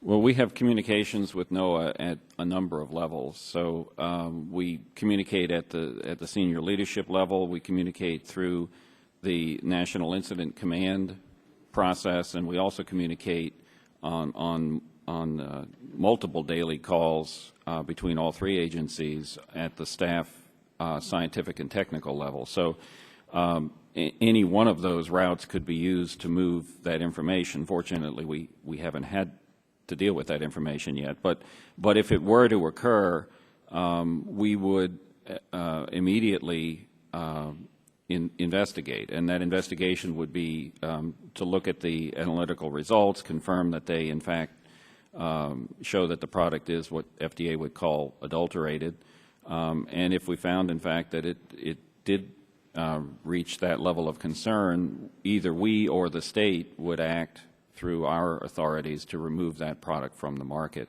and also to reevaluate the adequacy of the closure that's in place. Okay, thank you. Dr. Lair, last Friday, Admiral Allen issued a directive for a coordinated, integrated system of ocean monitoring involving federal, state, and academic monitoring efforts to detect remaining submerged oil in the Gulf. Can you tell us more about this effort and why this directive was necessary at this time? Was this coordination not occurring over the past 4 months? Coordination in terms of tracking the subsurface oil has been happening since the beginning of the spill. In fact, early on the spill, we went out and made arrangements with the experts who are experts in, for example, well blowouts from Clarkson University to provide us their information of how the oil would act. We also made arrangements with Syntef, which has a subsurface model that we could track the oil, and now we've brought in our own models that are tracking it as well, tied in with all the detailed sampling that's being done. Now, I think the directive is now, of course, other groups, independent and other agencies have been doing it, and the idea is to now bring them all together as a coordinated approach. I think that's a good idea. But So are you saying that this is nothing more than a continuation of what I would was say going this on is, all along? And I would say that, I guess I would ask is why was a new directive necessary if this was something that is nothing more than a continuing effort? I think that that what the Admiral is stressing is that we're focusing now on the subsurface oil with the surface problem being removed, and they can bring in extra resources to do that. Many of the folks at NOAA that I know of who were doing the surface trajectory have now been transferred to working on the subsurface trajectory collection. So I think it's a redirection as the problem has evolved, and leave it at that. Thank you. What do we know about the dispersed oil and dispersant that is on the ocean floor? What species are affected there, and how does that impact the food chain? Dr. Anastas. I think you ask an extremely important question. There are issues that we are looking to, in real time, to develop research plans in the immediate and the longer term to fully understand what the oil is doing. I do refer back to the opening statements about we are not detecting dispersants in any concentrations to the limits of our methods of detection.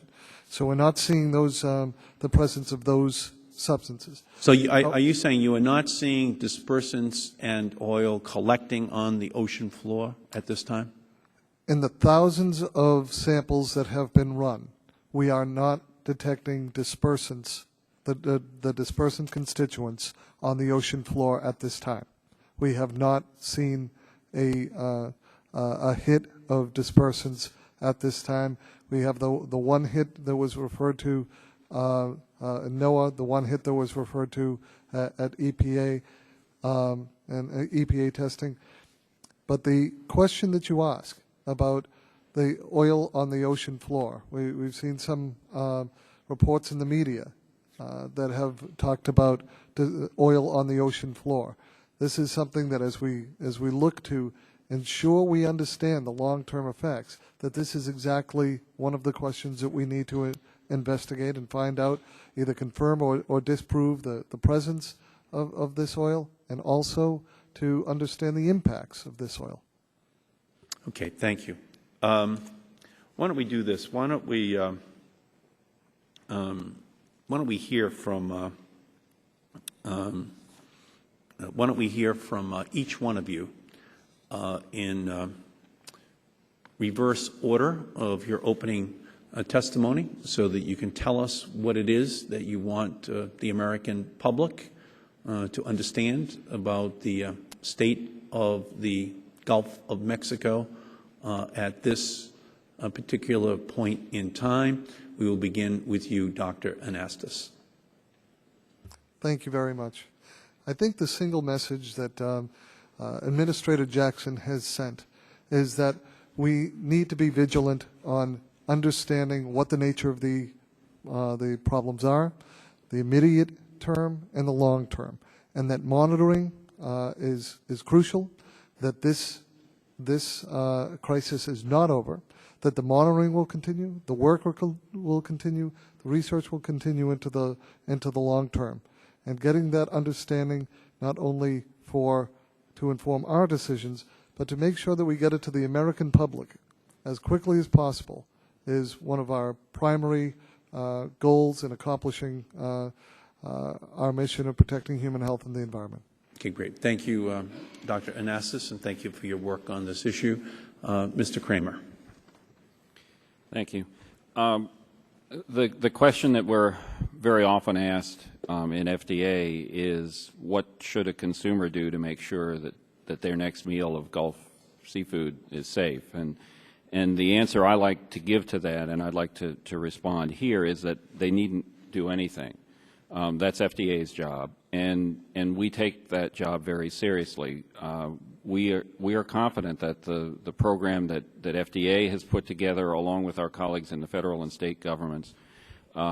is sufficiently protective, and that they need not take any steps to protect themselves from the seafood, that it is essentially at the same level of safety as it was before the spill.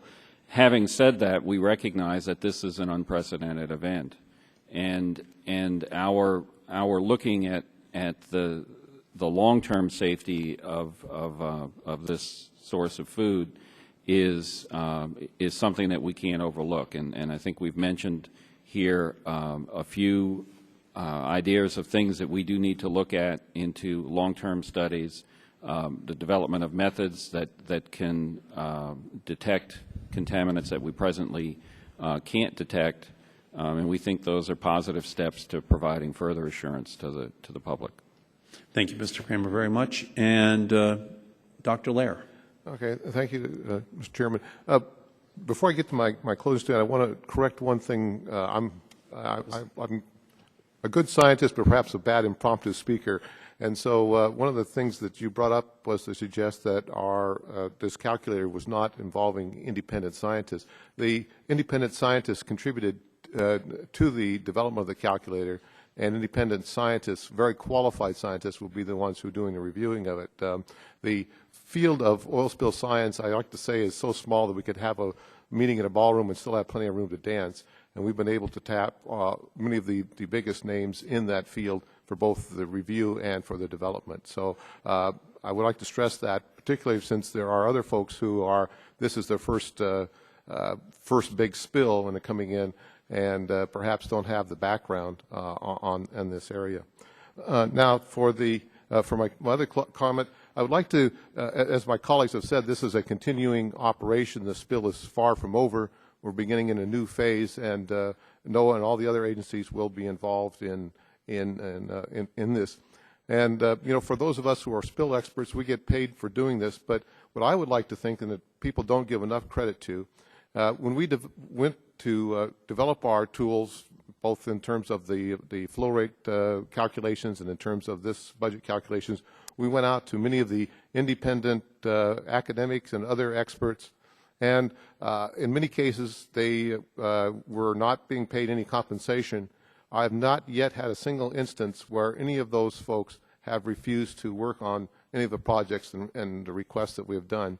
So if there's a silver lining in the terrible event of the spill, it's the extent to which the American people are willing to volunteer their efforts at the most highest expertise level down to the fellows who are volunteering to come out and clean up the beaches, such tragedies do bring out the best in our country, and I think that that's something that should be more brought forward, perhaps. Thank you, Dr. Lair. And again, thank you and all of you for your work. The point that I was making earlier was that in terms of the study that was released last week, first you gave the answer, and now you are going to be showing your work, but in a peer-reviewed way. And that's the opposite of the way in which a study of that magnitude would be released. And all I am saying is that given the way that this has unfolded, that it's important that everyone, including independent scientists, who may not have participated in your creation of these models, can see the assumptions upon which they were based now, given the fact that the peer review is going on right now, but the science experiment in the Gulf of Mexico is occurring in real time, so that there can be a real capacity to have all questions asked and answered, not months from now, as part of a boring academic exercise sometime next year, but right now when concern is at its highest. So again, I restate my request to you that you provide that information to independent scientists who are not part of your study, so that there can be a fresh set of eyes and minds that are applied to it, because the consequences are great if you're wrong.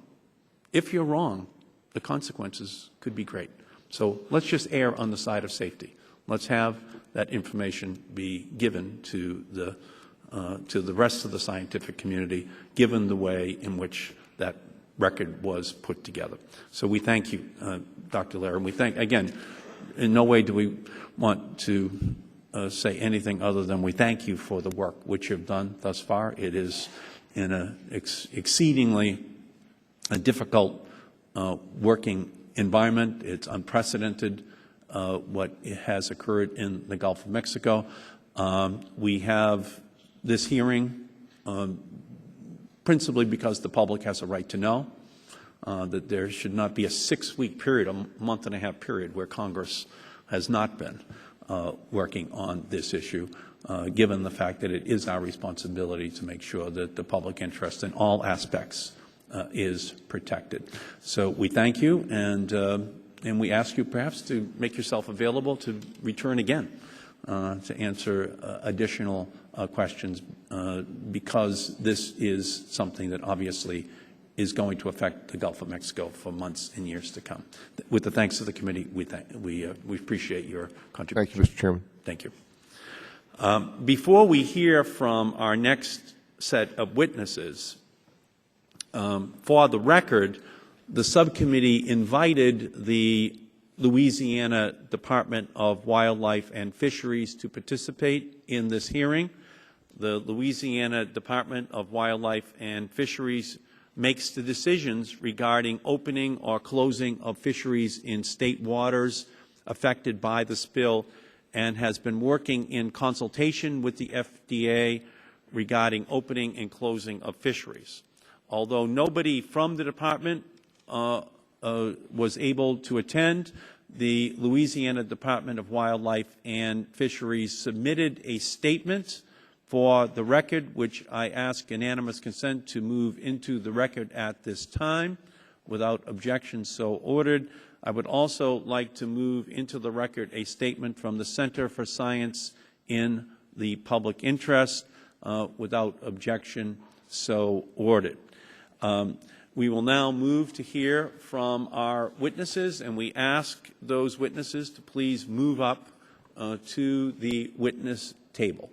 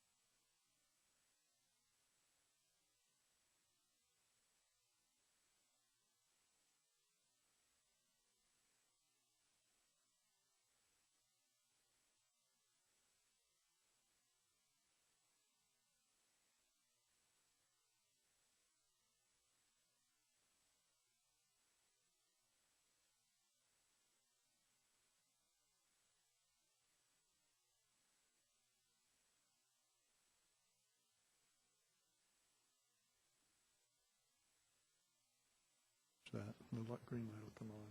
I should take it. Kind of fast.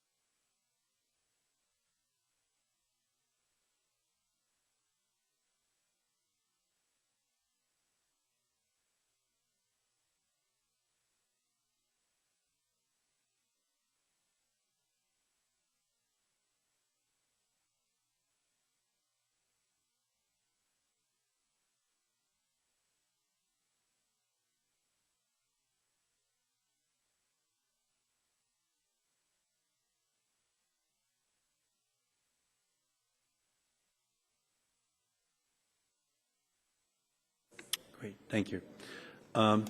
Anyway, welcome back to the to the Subcommittee on Energy and Environment.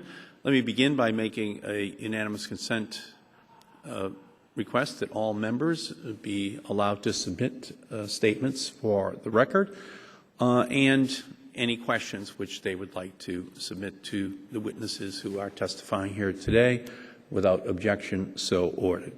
Our next witness is Dr. Ian McDonald. Dr. McDonald is a professor of biological oceanography at Florida State University. His research uses satellite imaging to locate natural oil releases on the ocean surface. We thank you for coming, Dr. McDonald. Whenever you feel comfortable, please begin. Well, I'm a professor of oceanography at Florida State University. Today, however, I'm speaking solely on my own findings and opinions. If you could move that microphone in a little bit closer. How's that? Okay, great. Great. And I wanted to say before I embark on technical discussions that I have 30 years of professional and private experience traveling around, cruising on, diving to the bottom of the Gulf of Mexico.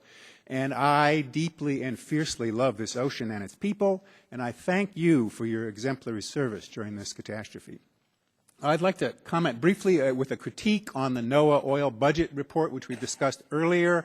I feel that this report was misleading, and although it presents science and was done by very competent scientists, without any citation to the scientific literature, without the algorithms, without the formulas and the actual budget that are referred to, it's impossible for someone reading this report to check the numbers that are there. And we have concern about those numbers. Could you move in the microphone just a little bit more close? Very good. A little bit more. A little bit more. All right. As I think you very ably demonstrated in your examination, we really can only account for 10% of the oil that was discharged, that 4.1 million barrels that was discharged through burning and skimming. The balance of the oil remained in the environment. There may have been some 10% that evaporated into the atmosphere, that is gone from the ocean, but the balance is still in the ocean. The question is, how is it partitioned between the water column and the floating material that will have sunk to the bottom or become buried on the beaches? And this partitioning which was done, and this separation into categories which was done by the oil budget, is really pretty theoretical at this point. We need to check on that. There are findings that are coming out that I think will call this into question. But let's just take this 26%, this 1.3 million barrels. As you say, this is 5 times the Exxon Valdez release. This oil has already degraded, has already evaporated and emulsified. It is going to be very resistant to further biodegradation. This oil is going to be in the environment for a long time. I think that the imprint of the BP release, the discharge, will be detectable in the Gulf of Mexico environment for the rest of my life. And for the record, I'm 58 years old. So there's a lot of oil. It's not gone, and it's not going away quickly. I'd also like to comment on an aspect of the spill that hasn't received a lot of attention. That's the methane gas. All of the numbers about the release, the discharge, have been presented in volumes of oil, barrels of oil. If, however, we calculate, we know that the Macondo field well was very rich in gas, and we have good numbers on that from the flow rate technical group. If we take those numbers and we present all the discharge in terms of units of mass equivalents or barrel of oil equivalents, it turns out that the oil plus the gas is equal to 1.5 times the oil alone. In other words, if we conclude that there are 4.1 million barrels of oil release, the actual discharge in barrel of oil equivalents is in excess of 6 million barrels. Because this oil, this material was released at the bottom of the ocean, it transited the ocean. Some of it, much of it, perhaps still remains in the ocean. So I would contend that for the purposes of the Oil Pollution Act, this was a discharge, and this total pollutant load should be included in our assessment of how this spill went down. I'd also like to comment on the so-called resilience of the Gulf of Mexico. Now, a fair reading of the report indicates that this 90%, this huge volume of oil, represents a massive dose of hydrocarbons in the Gulf of Mexico ecosystem. There has been some talk about the resilience of the Gulf of Mexico. My concern, my first concern, is not for a whole-scale die-off, but for a depression, some decrease, 10%, 15% of the productivity and the biodiversity of the Gulf of Mexico ecosystem. Now, this might be, if we had a 10% decrease, this might be very difficult to demonstrate scientifically. It might be even harder to prove in a court of law. Nonetheless, if we sustain this impact over many years, it would be a severe effect. My greatest concern, however, is that some of the damage will be so severe that we may have tipping point effects that will overwhelm the resilience of the ecosystem. And this, unfortunately, has been the case, has been the scientific result looking at Prince William Sound in the wake of the Exxon Valdez spill. We need to be extremely, we need to hope that this won't happen. We need to do more than hope. We need to watch very carefully. And I have drafted as part of my report, part of my submission here, a list of species that I think we should be watching closely. These include some of the big species, the shrimp, the tuna, and so forth, but they also include more humble members of the ecosystem, such as fiddler crabs, the coquina clams that are so abundant on the beaches. We need to be watching these populations through time, not just next year, but for years to come, because it may take several years to notice the impact. A healthy environment has to support the species that depend on the healthy environment. If we watch those species, we'll know how they go. Is my time up? Okay. Yes, it is, but you will have time during the question and answer period to elaborate. Our next witness is Mr. Dean Blanchard. He is the president and sole owner of Dean Blanchard Seafoods, located in Grand Isle, Louisiana. Dean Blanchard Seafoods is the largest dockside shrimp broker in the United States and the third largest in the world. Thank you for coming, Mr. Blanchard. Whenever you feel ready, please begin. Yeah, thank you for having us, Chairman. I want to say we visit your state regularly, and Gloucester reminds me of Grand Isle. But we're here today to talk about seafood safety, and we have a few concerns. And basically, I've taken a moment to outline a few of my major concerns. As an independent seafood business owner of Grand Isle regarding the effects of the BP oil spill, if a seafood product is put onto the market and is later determined to have made the consumer ill because of oil and or dispersant contamination, who will be determined to be the responsible party?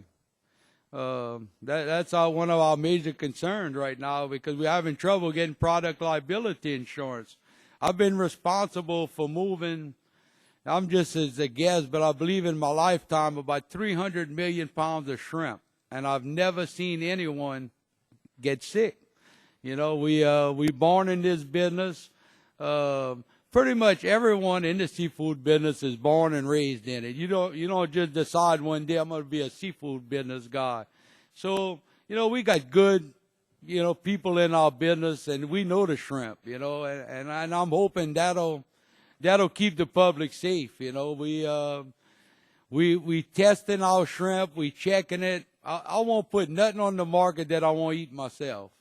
I stayed about 2 weeks without eating shrimp, and I felt like I was going to die, and I decided I was going to start eating it again because it was so good. But that's one of our major concerns, is who's going to be responsible. You know, I have a feeling if I get sued, I'm going to be the one paying the bill. But another concern we got, our commercial shrimpers and fishermen are hesitant to fuel up their boats, buy ice and oil and salt, because they believe that open waters will be closed once more, or they will find all contaminated seafood, which they know I will not buy, and they're going to have to dispose of it. It is difficult for an out-of-work fisherman to pay for these expenses without the confidence in the government, who dictates the opening and closures, without the confidence in BP's press release, which states that virtually all the recoverable oil has been recovered. You know, if you go out shrimping right now and you want to catch all, they could go catch all. But if you want to catch good shrimp, you could catch good shrimp also. So, I told every fisherman, we're going to, when you bring me the product, it's going to be scrutinized 10 times more than it's ever been before. So if you think anything's wrong, don't bring it to me.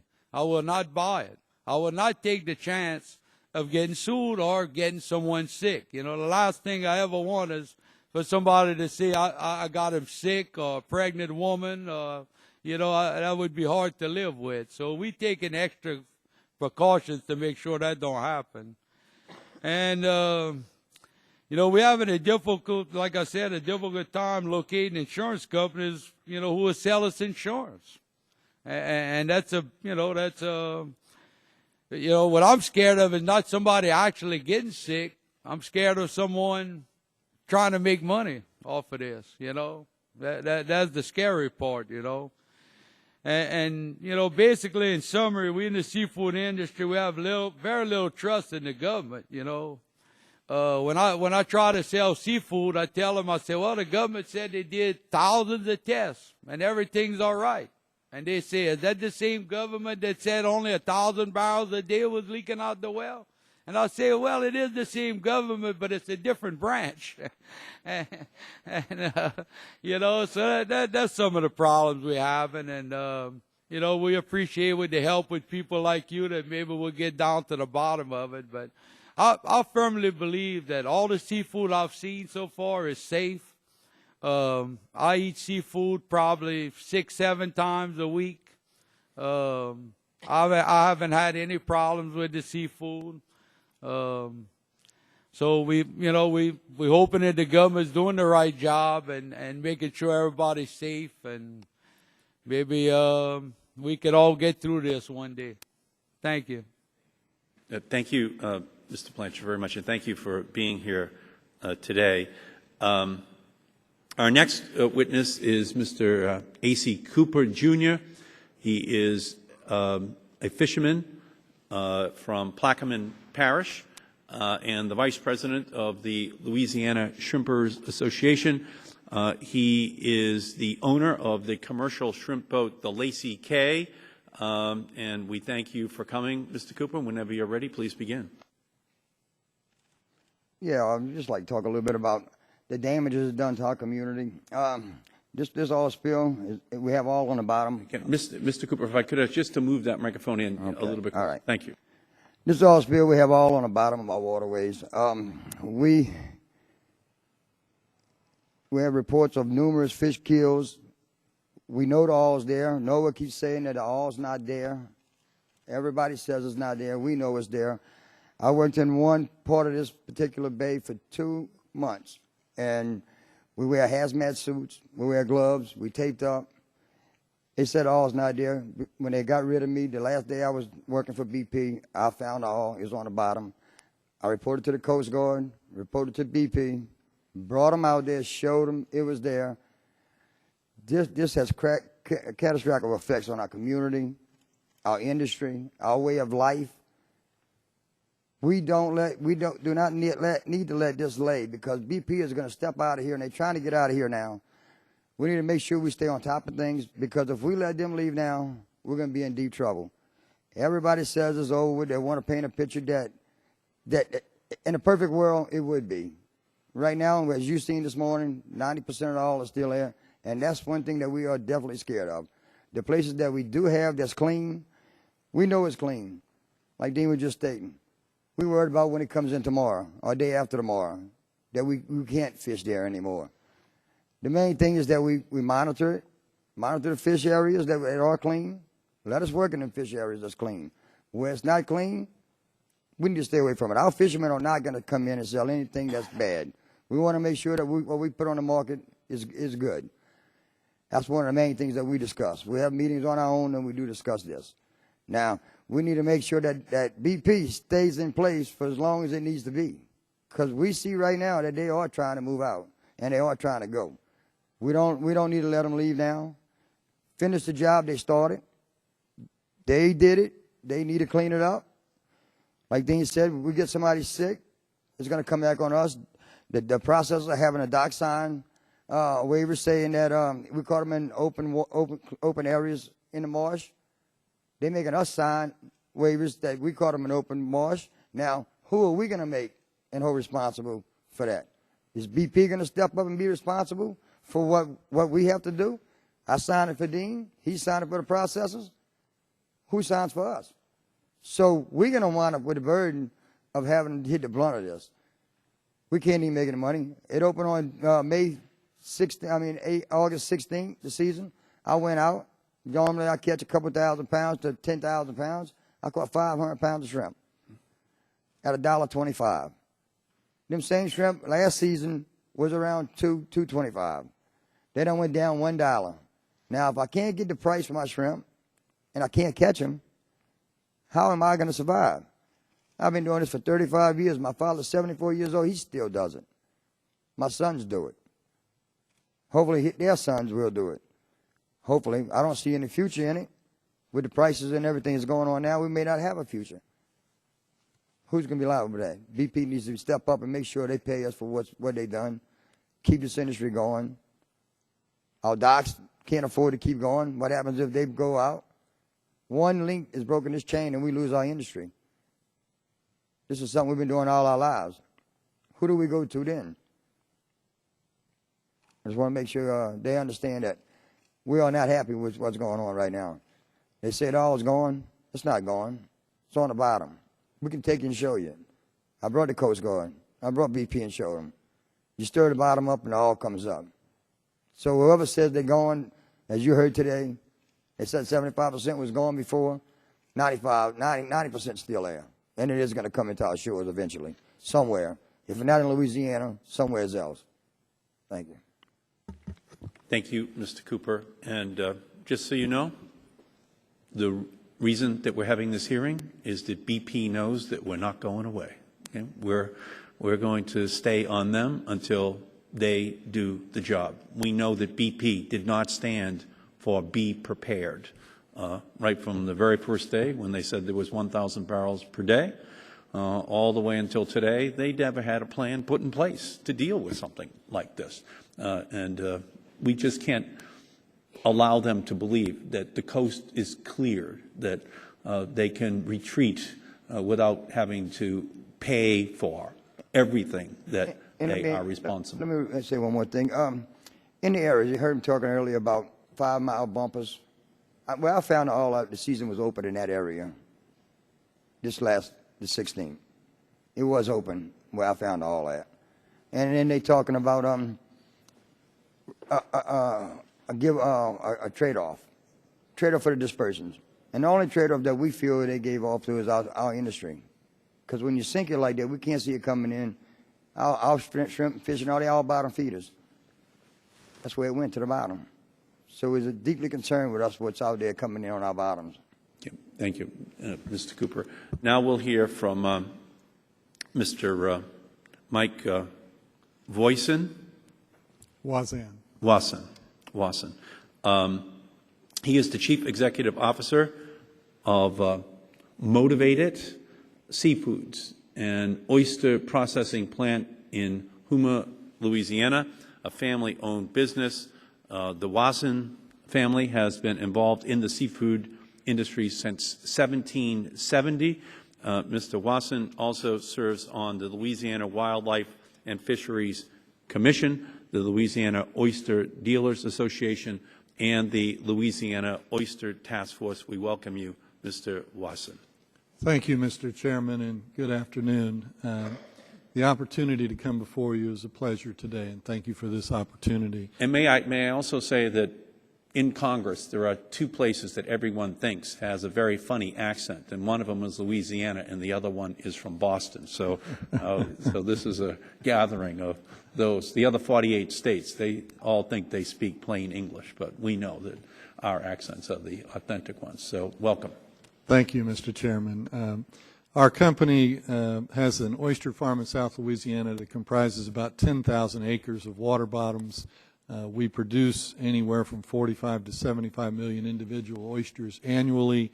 And on the bottom, we always have 2 to 3 year classes of oysters, or 135 to 225 million oysters on the water bottom at any time. In addition to running my family business, you mentioned my relationship with the Wildlife and Fisheries Commission of Louisiana as a member. I've also past chairman of the National Fisheries Institute. Louisiana is second only to Alaska in total seafood landings. In 2008, our commercial fishermen harvested 1.25 billion pounds of seafood, which represented nearly $660 million in dockside value. Meanwhile, 3.2 million recreational fishermen along our shores took to the water, completing a total of 24 million fishing trips. The Deepwater Horizon oil spill is clearly an ecological and human tragedy that will surely affect not only the fragile habitats where fish and shellfish are harvested, but the very core of the community that brings these iconic delicacies from the waters of the Gulf to the tables of America. That culture and those Americans need your support during these challenging times. The seafood community has been actively engaged with both state and federal officials as they closely monitor the Gulf waters and only now begin to reopen those waters. We have worked closely with NOAA, the Department of Wildlife and Fisheries, Department of Health and Hospitals, and other groups, the Environmental Protection Agency as well. We strongly supported the precautionary closures at the outset of this tragic event in order to ensure consumers continue to have access to seafood maintained with the level of quality and safety expected in the Gulf of Mexico.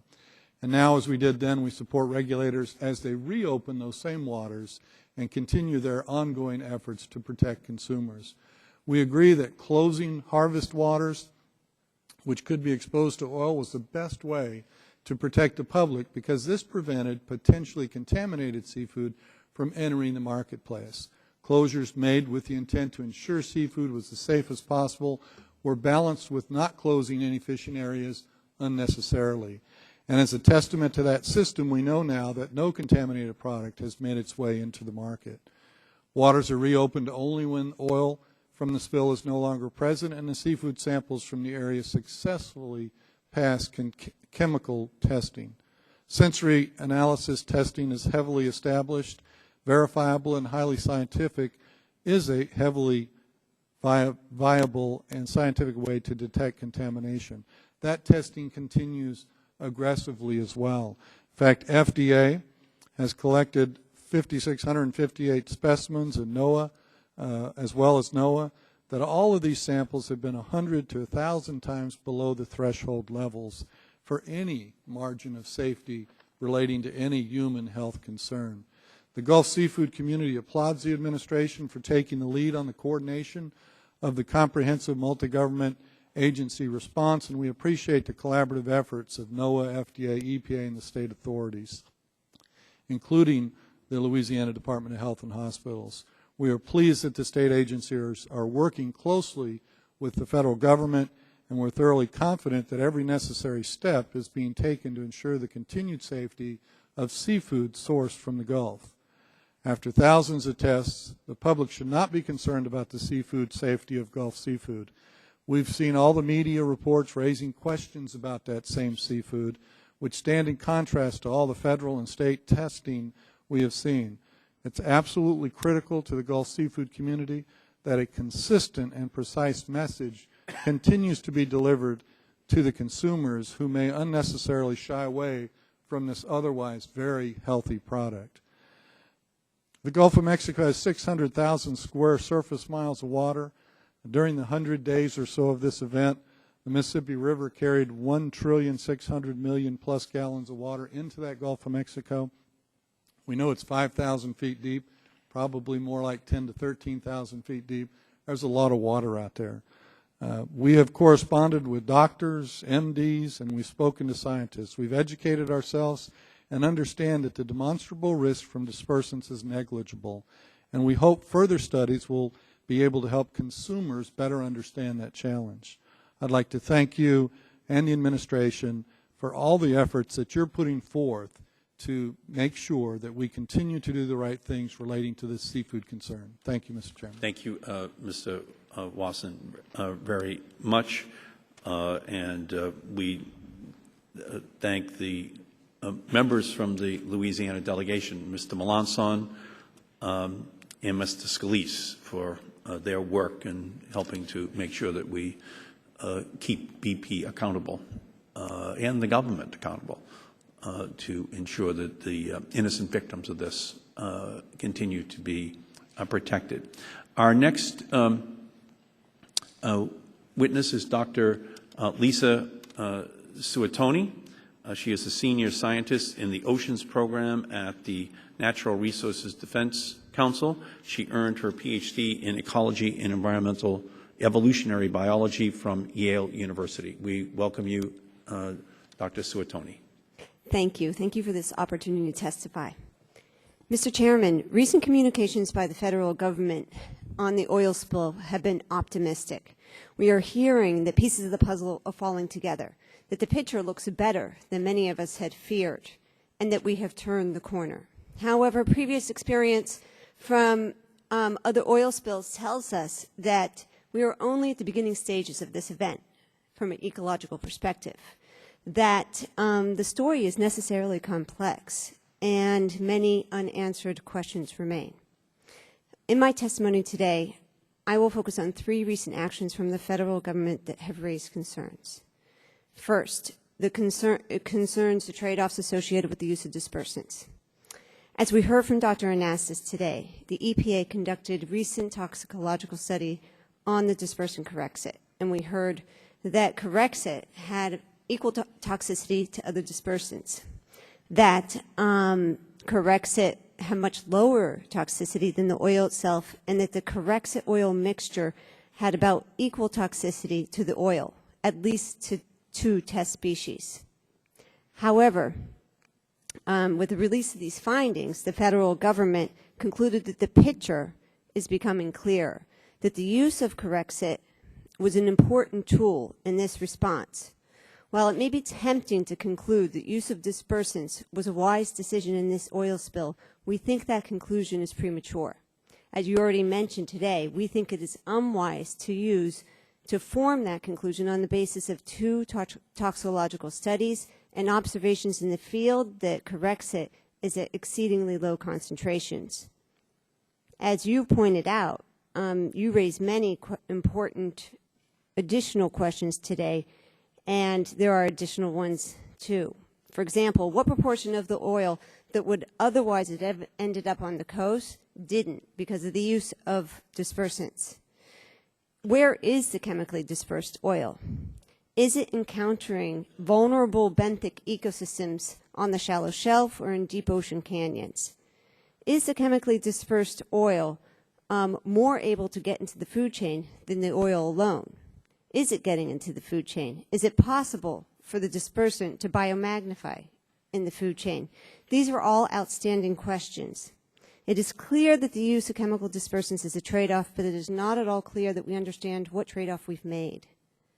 On the remaining oil in the environment, we've already heard a critique from Dr. McDonald about the federal oil budget, and NRDC agrees with him that the assertion that 75% of the oil is no longer in the environment is an overinterpretation of the data and misleading. Because of the uncertainty associated with the rate of biodegradation of the oil, we really don't know how much oil remains in the environment. This needs to be directly measured. If you do a more direct interpretation of the federal oil budget, it reveals that 50% of the oil may remain in the environment. That is over 100 million gallons, or 9 times the Exxon Valdez spill. That is a lot of oil. In addition, the federal oil budget appears to be a preliminary budget that was perhaps prematurely released. It was released before peer review. It was released without any discussion of the precision associated with those estimates. It is a partial tally of the hydrocarbons in the environment. Again, as we've heard today, it didn't contain methane, which scientists believe comprised half of the total hydrocarbons that went into the environment. And it was a partial analysis of the fate of the oil. For example, it didn't provide estimates of how much oil went into an oil slick, or what proportion of the oil made it to the coast, or what proportion of the oil is now on the sea floor. As presented, the federal oil budget was a partial snapshot of the oil in time. It doesn't directly address where the oil was, where it is going, and how long it will remain in the environment. And it, of course, didn't address the ecological impacts. To fully understand the risk of the remaining oil or the impacts to the environment, this picture needs to be filled out, and the oil budget needs to be refined.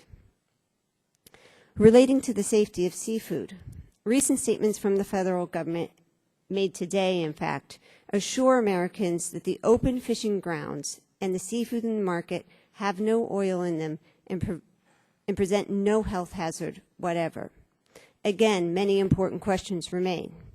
My colleague, Dr. Gina Solomon, who's in the health program at NRDC, highlights three primary concerns that we have. First, much of the data and the contamination of the Gulf seafood are not publicly available, so scientists cannot independently review the findings. NOAA has released data on fewer than 100 of the samples out of thousands that they say they have, and only on finfish, not on shrimp. Data from the state waters has not yet been released. Second, the seafood monitoring that is currently being done may not be adequate in terms of sample size and in terms of failure to monitor the heavy metals, which you've discussed today, and the dispersants. Third, assumptions used in the FDA risk assessment fail to adequately account for exposure to polycyclic aromatic hydrocarbons to vulnerable populations, mainly developing fetuses, young children, and subsistence fishing communities. And that's largely because of the assumptions you already raised about the weight of adult males. In conclusion, the Gulf oil disaster is the largest oil spill in U.S. history. We understand that the government wants to turn the corner and wants to signal that the Gulf is on its way to recovery. However, the facts simply do not bear that out. There is still a huge amount of oil in the environment. No matter how you interpret the federal oil budget, everyone agrees with that. It does a disservice to the Gulf region and to the public at large to diminish the problem that this oil presents to the health of Americans and the ecosystems of the Gulf of Mexico. The government needs to take the time to do a careful study to assess the fate and the effects of this spill, and greater transparency is warranted. In the end, we believe that this follow-through is the only thing that will keep this catastrophe from being such a big disaster. Thank you, Doctor, very much. Now we'll turn to questions from the committee, and I'll begin with you, Dr. McDonald. I think that there is a lot of concern about how far the oil and methane from the spill has spread in the Gulf. How long it will remain and what harm it could cause? I know that these questions are areas of active research for you and for the broader academic community. Can you give us a brief overview of what academic scientists are finding in that regard? Well, this week and today, in fact, we've seen the release of a number of careful studies, one by the University of South Florida reporting on results from a recent research cruise with the research ship Weatherbird, a careful study of the oil budget by a scientist at the University of Georgia in Athens, and today a release of a major paper published in Science by Richard Camilli and colleagues. These reports collectively show different aspects of the spread of the oil and its related compounds that raise major concerns. The Camilli report documents and this is the best science that I've seen yet out of this report, out of this process. The Camilli report documents the spread of compounds called BTEX, and these are the polycyclic aromatic hydrocarbons. And the ones of greatest concern, these are benzenes, xylene, toluene, so forth. These are the most toxic components of the oil. And they track a very large plume of this material spreading to the south and the southwest of the spill. Now, I will note that in that report, they document that some 6 to 7%, I believe those numbers are correct, of the BTEX released from the well, the total discharge, was included in that plume. This plume was at 1,100 meters. If that BTEX is a tracer on the total amount of oil released and entrained into these deep water layers, that suggests that we don't know very well what happened to the balance. And in fact, the upper layers of the ocean, including the surface of the ocean, may have received a bigger dose of oil than we're presently worried about. We do know from my work and other work that's been done that the oil spread over an area of many thousands of square kilometers. And as it degraded, as it emulsified and sank, it rained down particles of oil. And this oil became more concentrated as it reached the coast. So we now have a very widespread amount of oil that's scattered in layers. And this is what the findings from the Weatherbird documented. They took core samples going towards Panama City, and they found oil on the bottom everywhere. Now, just sampling with a core, that suggests that either you're very unlucky or there's a lot of oil on the bottom. And the Georgia study confirmed many of the points that have been made in this hearing. Okay, great. Thank you. While this hearing was ongoing, the Woods Hole Oceanographic Institute released a study, and it's a snapshot from the middle of June, and what they found was a plume of oil from the well at least 22 miles long, 1.2 miles wide, and 650 feet high at a depth of 3,000 feet below the surface in the Gulf. And contrary to government oil budget report that said dispersed oil is biodegrading quickly, Woods Hole scientists found that microbes are degrading the plume relatively slowly, in the words of Woods Hole. That means that the oil is persisting for longer periods than expected. They don't know how toxic it is or if it poses a threat. And unlike some other researchers, they did not find areas of severe oxygen depletion, that is dead zones. They explained this discrepancy because of their use of an older lab-based technique rather than the use of modern sensors, which can give oxygen readings that are too low when the sensors are coated with oil. So I just wanted to put that on the record. Mr. Cooper, how many years have you been shrimping? 35 years myself. Now, have you been out shrimping recently? Yes, sir. On the 16th of August, it opened up. I went that day. Now, did you see anything different or unusual in terms of the waters or the shrimp? Not in the area I went, which we didn't have a whole lot of concentration all come in. It was a clean area, so no, at that point I just didn't have enough shrimp. It wasn't there.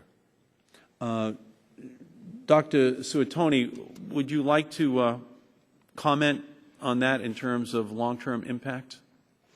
Well, we are concerned primarily with regard to the shrimp on the presence of the subsurface oil, and that there, as Dr. Cooper said, that their oil is present in open grounds and that there may be more exposure. The marine invertebrates do not process polycyclic aromatic hydrocarbons as quickly as finfish. So we think there needs to be special care taken with the sampling of invertebrates. Okay. Dr. McDonald, would you like to comment upon? Well, I think that the survival of the Gulf seafood industry requires the survival of seafood. And we have to be concerned. I mean, this is an anecdotal. This is one fishing trip, and I'm sure you've gone out before, Mr. Cooper, and not caught as many fish as you wanted, or correct, as you wanted to. So this one event doesn't tell us the whole story. But the fishermen are not, however healthy the seafood is, if they can't catch it because there's been a loss of some year classes, then all of the protection and the vigilance of the FDA is not going to sustain the Gulf seafood industry because they won't be there. So that's my concern. Mr. Cooper, are you going to go out shrimping again soon? Yes, sir. Sure will. What is your plan right now? When I get back home, I will be back in the water. Okay, great. Now, Mr. Cooper, are you convinced that there is no oil in the areas open to shrimping? Like I told you earlier, one spot the way I did find oil was, they say, a 5-mile bumper zone. It wasn't 5 miles. That one of the bays I did find oil in. Now, in your opinion, is there any way that NOAA or the FDA can be sure that there is no oil in the water where shrimping is taking place? I found it the last day when I was working for BP. I worked 2 months in the same area. And just so happened, one of my last days that I worked, we found it. I called the Coast Guard and BP and had them come out there, and I had to bring it to their attention. The Coast Guard wouldn't come. Finally, I caught one that was in the bay and brought him over there and showed him. So I went to a town hall meeting, and I brought it before them and invited them all to come see what I found. And they did come. The commander, Coast Guard, and BP came with me, and I did show them. In this bay, you stir up the bottom, and it all comes to the top. And they say it's unrecoverable oil. But still yet, they opened this bay up for trawling. Now, Mr. Blanchard, some have suggested that people raising concerns about the quality of seafood simply want to continue to collect checks from BP. Can you deal with that issue for us, just so we can understand what is going on down in the Gulf in terms of the relationship between this program to pay the fishermen who need to be paid, Well, but again, an incentive to get back out there as soon as you can, everything is okay. So how should we be viewing this tension? Well, I told BP from the very beginning that they was going about it the wrong way. What we asked them to do was to help the fishermen and give them an incentive to go back fishing. If they would have left the fishermen fish, even though they'd had to go further away from their home, even though they'd had to go to different fishing grounds, well, pay them for that. Give them an incentive to go out. Then it would have kept the market going, you know. Mm-hmm. But BP took the approach that they was going to do a PR program and put all the shrimpers to work for them. But in my opinion, BP never tried to pick up the oil. They have never tried to pick up the oil. I've talked to countless boats, hundreds of boats, that said they found oil, contacted BP, and BP told them not to try to pick it up and go the other way. You know, and this has been going on for 100-some days. I've lived through this. You know, why do you think that is the attitude of BP? It was cheaper to sink it, out of sight, out of mind, and out of here. That's the approach BP took. You know, but as far as going back to seafood testing, our seafood right now is probably being tested more than any other product in the world. You know, I don't believe beef or pork or any seafood in the world. We get seafood from foreign countries that personally I wouldn't eat. It's personally being grown in a sewer, and the FDA checks 1% to 2% of it. And out of the 1-2% they check, 40% of it to 60% is no good, is rejected. So, you know, that's one thing I want to bring on. Our seafood right now is being tested more than probably any product in the world. So hopefully they're doing the job and they're doing it right. What I'd like to see is, for one time before I die, if somebody works for the government, be held accountable for something. Whoever's testing it, whatever agency's testing it, they ought to come out and give us a paper and say, we guarantee this product is good. And if something goes wrong, they'll be held accountable, not us. Well, you know that's why we're having this hearing. Thank you. You know that's what is happening here today. We're sending a very strong signal to those who are responsible that well, that's what I'd like to see. They are representing to and I think American if they people would, that this is safe. Yes. I think if they would be held accountable, people would have more trust in the government agencies. But, you know, there's certain government agencies that's responsible for this oil spill where nobody's being held accountable. Well, you know, we're going along, you know, beginning with the minerals management. That's what I'd start with. There's a lot of people, there are a lot of people there who are going to be made accountable. And we are going to move through this entire process. We are not going away. We are going to make sure that all of the lessons that can be extracted from what happened are learned and implemented in order to protect the public. Mr. Cooper, in your testimony, you indicated that BP required you to wear a hazmat suit when you went out into the waters. How long ago was that? Oh, let me go 2 weeks ago. Now you are being told to head back out into the same waters without any additional protection. Is that correct? And that's very troubling. Yes, it is. Do you think that you're being asked to work in an unsafe environment? Not necessarily. Some of the areas they didn't have the all, so I don't see in them areas that it is unsafe. But in some of the areas, yes, it's unsafe. If they're going to make us wear hazmat suits and tape up and take hazmat training, how can you send our fishermen back out here? But some of the areas, yes, where they all never came, no, it's not bad. And speaking about the VOO program, look, some of these guys had to take these jobs instead of fishing. And I know there's a big controversy in Louisiana right now. A bunch of people want the fishermen to go back to work. We only have limited areas to fish. They want to put these guys to stop the VOO program, they're working in with BP, and put them back in the waters and make them go to work. But then they're paying us lower prices. We're paying high fuel prices. The price is not there. We don't have the area to work. So these guys have to do it. With the opening and closing of the seasons with wildlife and fisheries, they pretty much had to do what they had to do. And if it means going out there and work for BP to make a living, well, so be it. That's what they had to do. Now, in your testimony, you indicated a smaller than normal size catch this week. Have you noticed any other changes to the shrimp or to the fish, the color, the size, the spots, the smells? Not in this area, no, sir. Not there. Okay. Fine. This area was a clean area. Thank you. Mr. Wasson, would you like to inject your thoughts at this point? Thank you, Mr. Chairman. I just want to say that there are two small areas in South Louisiana that have been oiled, and that is the Barataria system where Mr. Cooper actually harvests and Mr. Blanchard has his dock, and then out at the mouth of the river, Pasalutra.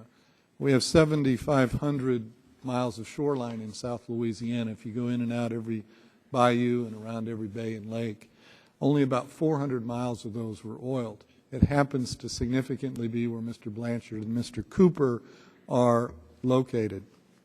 Seafood from throughout Louisiana is safe. It is wholesome. And while there can be questions raised, you're saying that the seafood which is being sold is safe, but there are many areas where if it was caught and sold, it would not be safe. Is that what you're saying? No, the seafood. You're saying all seafood caught anywhere off of the coastline of Louisiana is now safe? Is that what you're saying? All the seafood caught off the coastline of Louisiana is now safe, and it's put into the commercial market. Yes, sir. There's 87% of our state is currently open to the harvest of seafood. That occurred last weekend as a result of the intensive testing and protocols. And I know we've talked a lot about protocols today and about the dispersant testing and oil testing. Looking at the risk assessment based on the protocol, Mr. Chairman, I took a look at it. And in terms of oysters, oysters are consumed at about 1/4 pound per capita consumption. In the risk assessment, they used a number between 9 and 10 pounds per capita consumption on an annual basis. And they figure that exposure at 5 years. So they're exceeding the per capita consumption by 40 times and the exposure by 5 years. And they're looking at the risk of illness at 1 in 10,000, which is traditionally looked at as 1 in either 100,000 or 1 in 1,000,000. So that's being magnified significantly. And we're meeting by 100 to 1,000-fold all of the criteria in the reopening protocols. Okay, so I just want to again, yes, sir. I just want to again clarify. You're not representing that in the areas, the federal waters that are now closed, that it's safe to eat the fish that is caught in those areas. You're not saying that. I did not say that, sir. Yeah, I you're said not saying that. In the open waters where fish are being harvested and commercially sold, I would feed it to my kids, my wife, and we do eat it often. Yes, sir. But in those other areas, you would not feed that fish to your family in the waters that are now closed. In the waters that are closed, we can't. I mean, we can't. No, that's what I'm harvest saying. from That's what I'm those. saying to you. So the bottom line is that as they do the reopening and go through the protocols, absolutely, I would feed that to my family. Let me come back to you, mother and Mr. father. Cooper. Could you give us a comment, and then you, Mr. Blanchard? Would I eat the shrimp? We've been eating them. I have been eating them. Not in the areas that are closed, no, I haven't ate them. But the ones I caught, I did eat. I will eat them. Yep, Mr. Blanchard. I definitely eat them. I don't think there's no difference on what's open and what's closed. Okay, great. Thank you. Dr. McDonald, could you comment here on and divide the question here for us in terms of what you believe is safe and what is not safe and how the American people should be viewing this? Well, I would certainly eat them too, and perhaps I can have the occasion sometime. I will say that my concern remains the productivity, not the safety. I think that we have to have a productive Gulf, and the 350-mile statistic is heartening. That it could have been worse, but as you move offshore, you get a lot of areas that have got oil on the bottom, further out, and as you go to the east, we see a lot of oil off Mississippi, Alabama, and Florida, my state. In those areas, when people go offshore and take samples, they're finding this buried oil, and they're finding this buried oil in the beaches, and they're finding this oil in the marshes. And that 350 miles did get a lot. And the edges of these marshes, where the marsh grasses were oiled, my concern is that, if it dies back 10% or 5%, that opens up, that dilates these channels, that makes them wider. That means the flow of water through is greater. That means the loss of wetland is greater. We have a tremendous amount of work to do to restore the Gulf of Mexico. We had a lot to do before all this, and now we have a whole bunch more. So my concern is the ecosystem and the productivity. I believe in the fishermen and the FDA in protecting our safety. But Dr. Suetoni, you've heard the comments on this question. Could you add yours as well? I would like to emphasize, build on what Dr. McDonald said, but emphasize that long-term monitoring is imperative. What we learned from the Exxon Valdez spill was that oil that gets into the coast and into low oxygen zones stays toxic in its kind of full toxic form for decades. And anytime it gets disturbed or it rains, it can seep into the environment. And these near coastal fisheries, I think it's important that they continue to monitor for the exposure to polycyclic aromatic hydrocarbons and metals over the long term.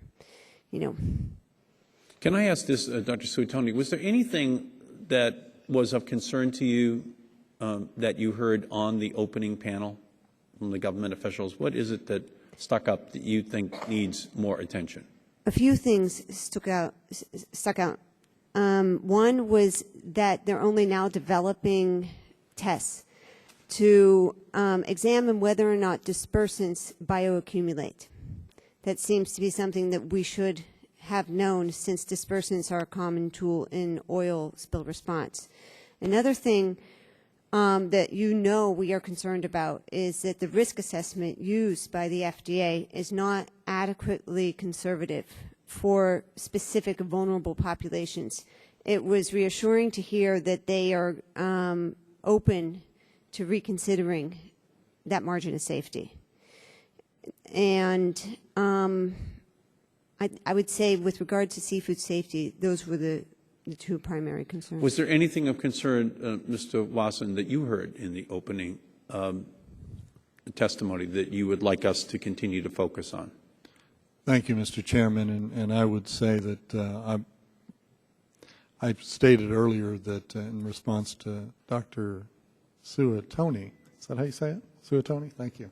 That I feel that the risk assessment that deals with the protocols for reopening basically are much more conservative than there should be any concerns related to. I think they have gone way beyond what would be conservative to the nth degree, and I described that a moment ago in my answer to you. But even though you heard concerns about heavy metals and other issues that that is not of concern to you? Having spent countless hours talking to PhDs as well as doctors relating to this and the metabolization of all of these things through finfish and shellfish, I personally think that there's no concern relating to those, although there's a concern, and we should be concerned. The In terms of the even oil though spill, there have never been any studies in this subject, you still have no concern. I personally do not know, sir. Given the Do you have concern, information. Mr. McDonald, Regarding the government report, about any aspect of this, including the testing for heavy metals and the other issues that seem to still be unresolved? yes, my concern is for the coastal and marine ecosystem of the Gulf of Mexico. I'm concerned that I have not yet heard from NOAA their plan for monitoring the continued health of this ecosystem. And I think that when we look at the oil spill budget, it's unmistakable that an enormous dose of oil was given. And really, putting it simply, Mother Nature is being made to clean up our big mess. And I think Mother Nature suffers for it. I think that we need to endow a permanent fund for the restoration, the understanding, and the sustenance of the Gulf of Mexico coastal and marine ecosystem in perpetuity. And I don't hear that coming from NOAA, and I would like to hear that. Okay, great. Mr. Blanchard, Mr. Cooper, Mr. Wasson, everyone wants the Gulf seafood industry to rebound from the BP disaster. Your industry did not cause this mess. Your industry, your business, and livelihoods were harmed by the spill. What would each of you ask the federal government to do to help establish the safety of Gulf seafood and to help reassure the consuming public about the safety of Gulf seafood? You heard the questions that I posed to the government panel that appeared here earlier about the need for additional tests to be done to help address some of the issues that have not yet been definitively addressed, such as the metabolites of the oil, the effect of dispersants, heavy metals, and long-term impacts that this disaster could have on the quality and productivity of seafood in the Gulf. Do you agree that those should be priorities, and what other issues would you like the government to address? Well, what I didn't like, what I heard about the government, it looked like they were just checking the open places. If it would be me, I'd go to the worst place and check that first and then see what I'm looking at. You know, it looks like every time you listen to the government, they say, we just check the open place. Well, why don't we check the closed place and see why it's closed? Mm-hmm. You know, nobody seems to be checking that. And, you know, we've been severely harmed by this, you know, Bob. You call them, I call them bad people, BP. You know, since this happened in this 100-some days, I got my secretary to look at the bills we paid. We paid $488,000 in bills, and I've received $165,000 in payments from BP. And, you know, it reminds me, I heard the president say that he wasn't going to let our cash flow be interrupted. But if I don't have $323,000 to pay my bills, I'm out of business.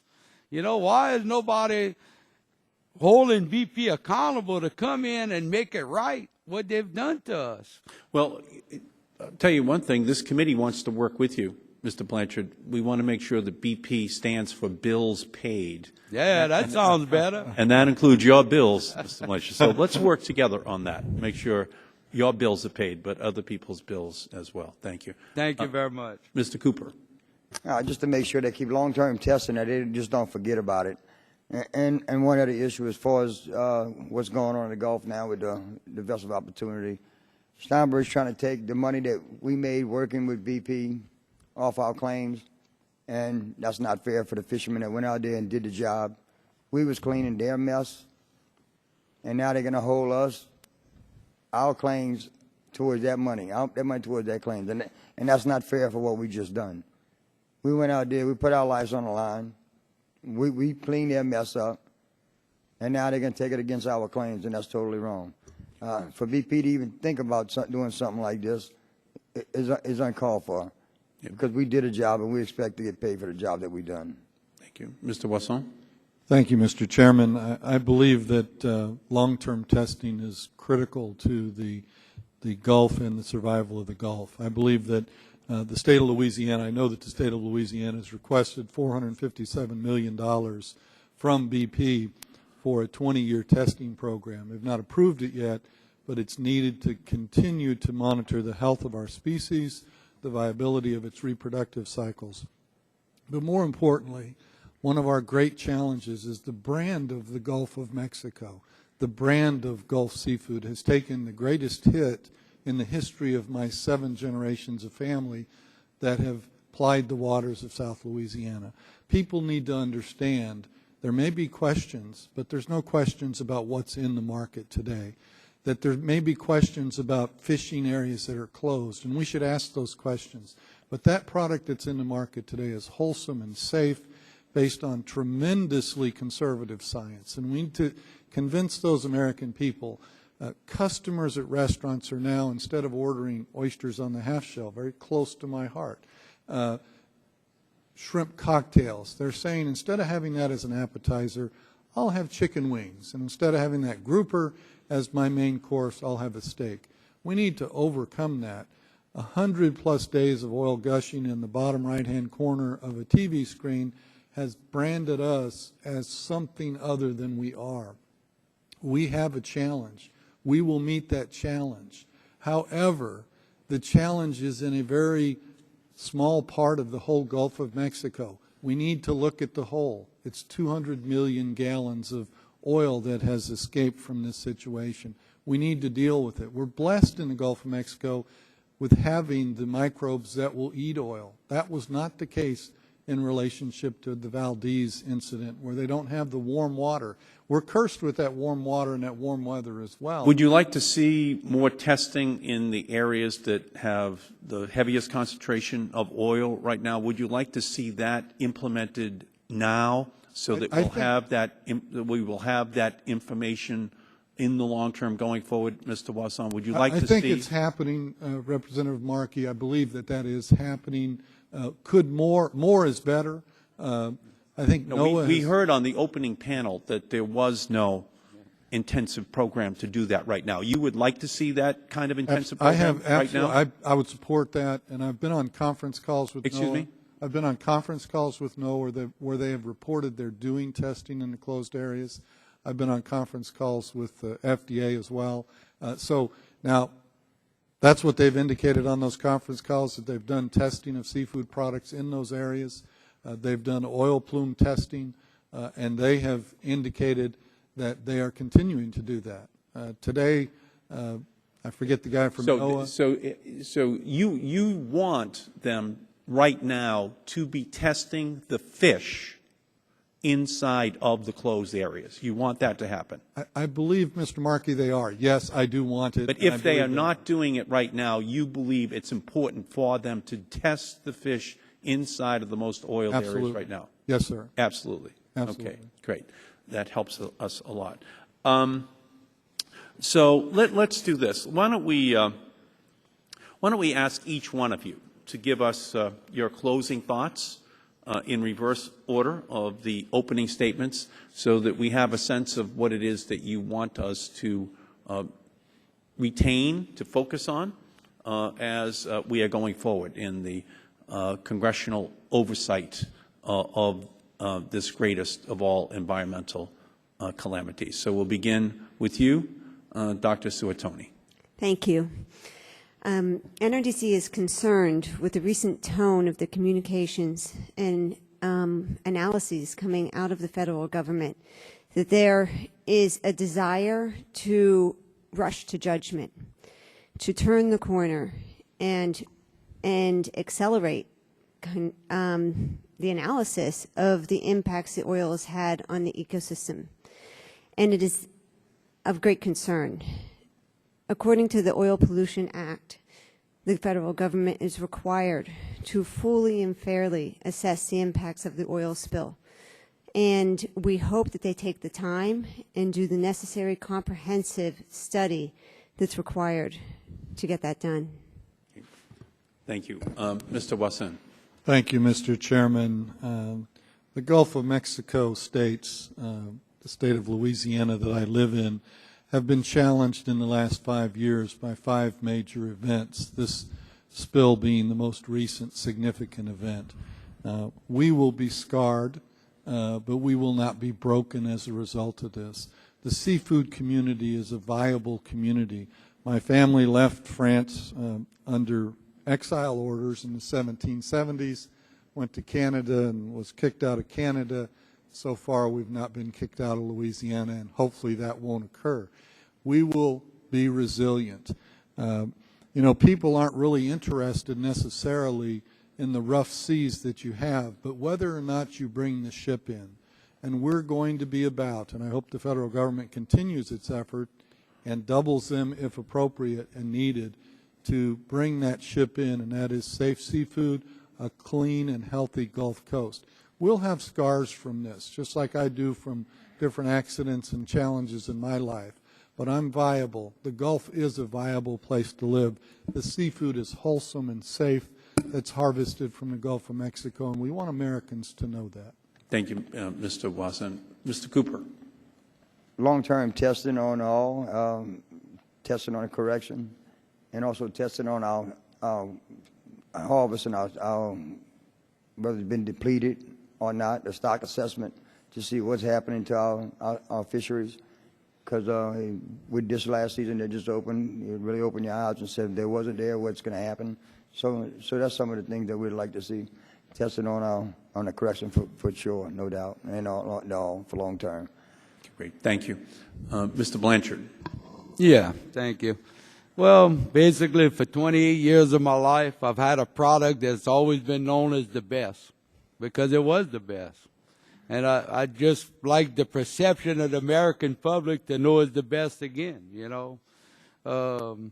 We work, you know, in our business, we don't work 9 to 5. We work 5 to 9, you know. We work 7 days a week. It's my life. I guess I'll say like Tony Haywood, I pretty much want my life back. You know, I want my life back. They took everything that I worked for all these years, and one company don't know what they're doing or cut too many corners and put me out of business. I mean, just ruined my whole life, and nobody's being held responsible but me, and I didn't do nothing wrong. I mean, I'm just so confused. I go to work like I always do. I walk around in circles, don't know what to do.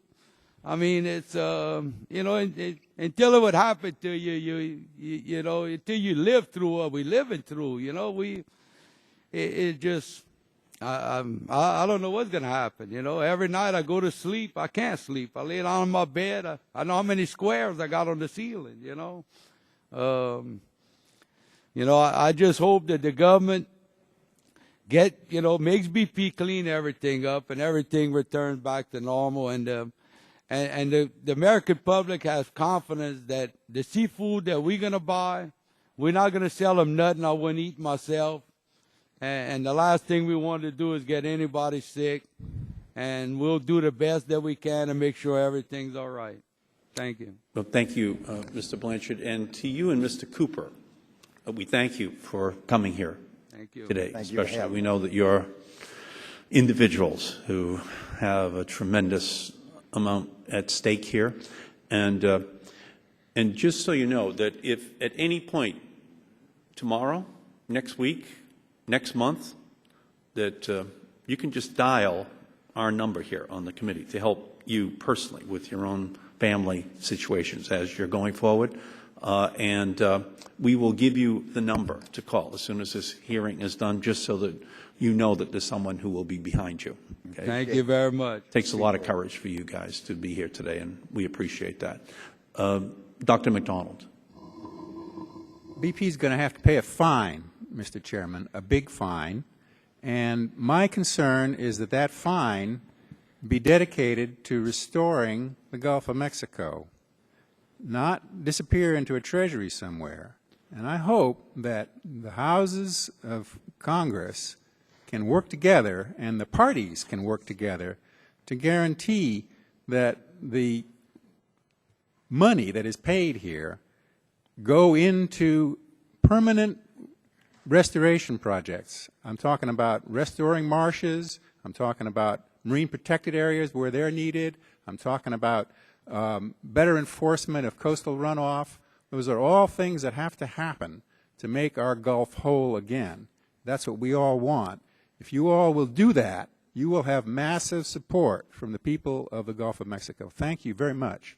Thank you, Dr. McDonald, very much. And I would also like to add, Dr. McDonald, that the House of Representatives just 3 weeks ago did adopt one of your recommendations to the oil spill response bill that we passed on the House floor to create a new trust fund for oceans so that funds raised from drilling in our oceans will also go towards protecting and improving our oceans. The Senate has said that they will take up the legislation when they return in September.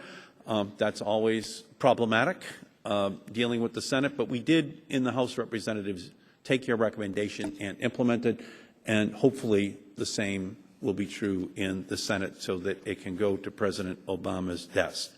What we have learned today is that the oil is not gone. The oil remaining in the Gulf waters or washed up on the shore is equivalent to 10 Exxon Valdez-sized spills and could be much more. Most of the Gulf has been reopened to fishing, but the industry is not in the clear. Long-term impacts on stocks remain unknown. One contaminated catch makes it to market and makes people sick, then the reputation and the credibility of one of America's most important fisheries will be in jeopardy. So we must engage this issue with continued caution, and vigilance is necessary. We have seen some premature celebration. Dispersed oil is not the same as oil which has disappeared. Data, formulas, algorithms need to be made public so that independent scientists can verify the conclusions that are now shaping the debate on what to do now. We need to test the fishing stocks in the closed fishing areas now so that we understand what is going on now. That will help us in the future to protect the fishermen, to protect the consumers of fish in our country. But we must spend the money now so that in the future there are no questions that are unexamined, that we ensure that the compensation is given to those who will need it for as long as possible until we make everything as safe as is possible. All of that is, in my opinion, going to be something that this committee and the American people will need to be vigilant to ensure is put in place so that the people in the Gulf of Mexico, at the end of the day, are made completely whole. BP, in my opinion, will try to walk away as fast as they can. BP lowballed the size of the spill in the first week, saying it was 1,000 barrels. Then they said it was 5,000 barrels. They knew in the first week that it was a huge spill. It turns out to be between 53,000 and 63,000 barrels per day. That is not 1,000 barrels. That changed the level of response in those first weeks, in those first months, because of the misleading information. People were less vigilant than they would have been. The response was less intense than it would have been if we understood the magnitude. We must continue that level of vigilance. We must assume that we need to use all of our resources to understand what is going on right now so that in the future there can be the proper protections which are put in place and that the proper compensation is given to all of those whose lives have been adversely affected by what has happened. So while BP might be spending tens of millions of dollars on their television commercials saying that they're on the job, Even today, we identified many questions which have yet to be answered in a satisfactory fashion, and we need to make sure that they are for the long-term well-being of the residents of the Gulf. We thank you all for being here today, and we hope to be able to stay in close contact with you. Thank you. Thank you. Wow. Hey, good to meet you. Same here, man. Good luck. Congratulations on your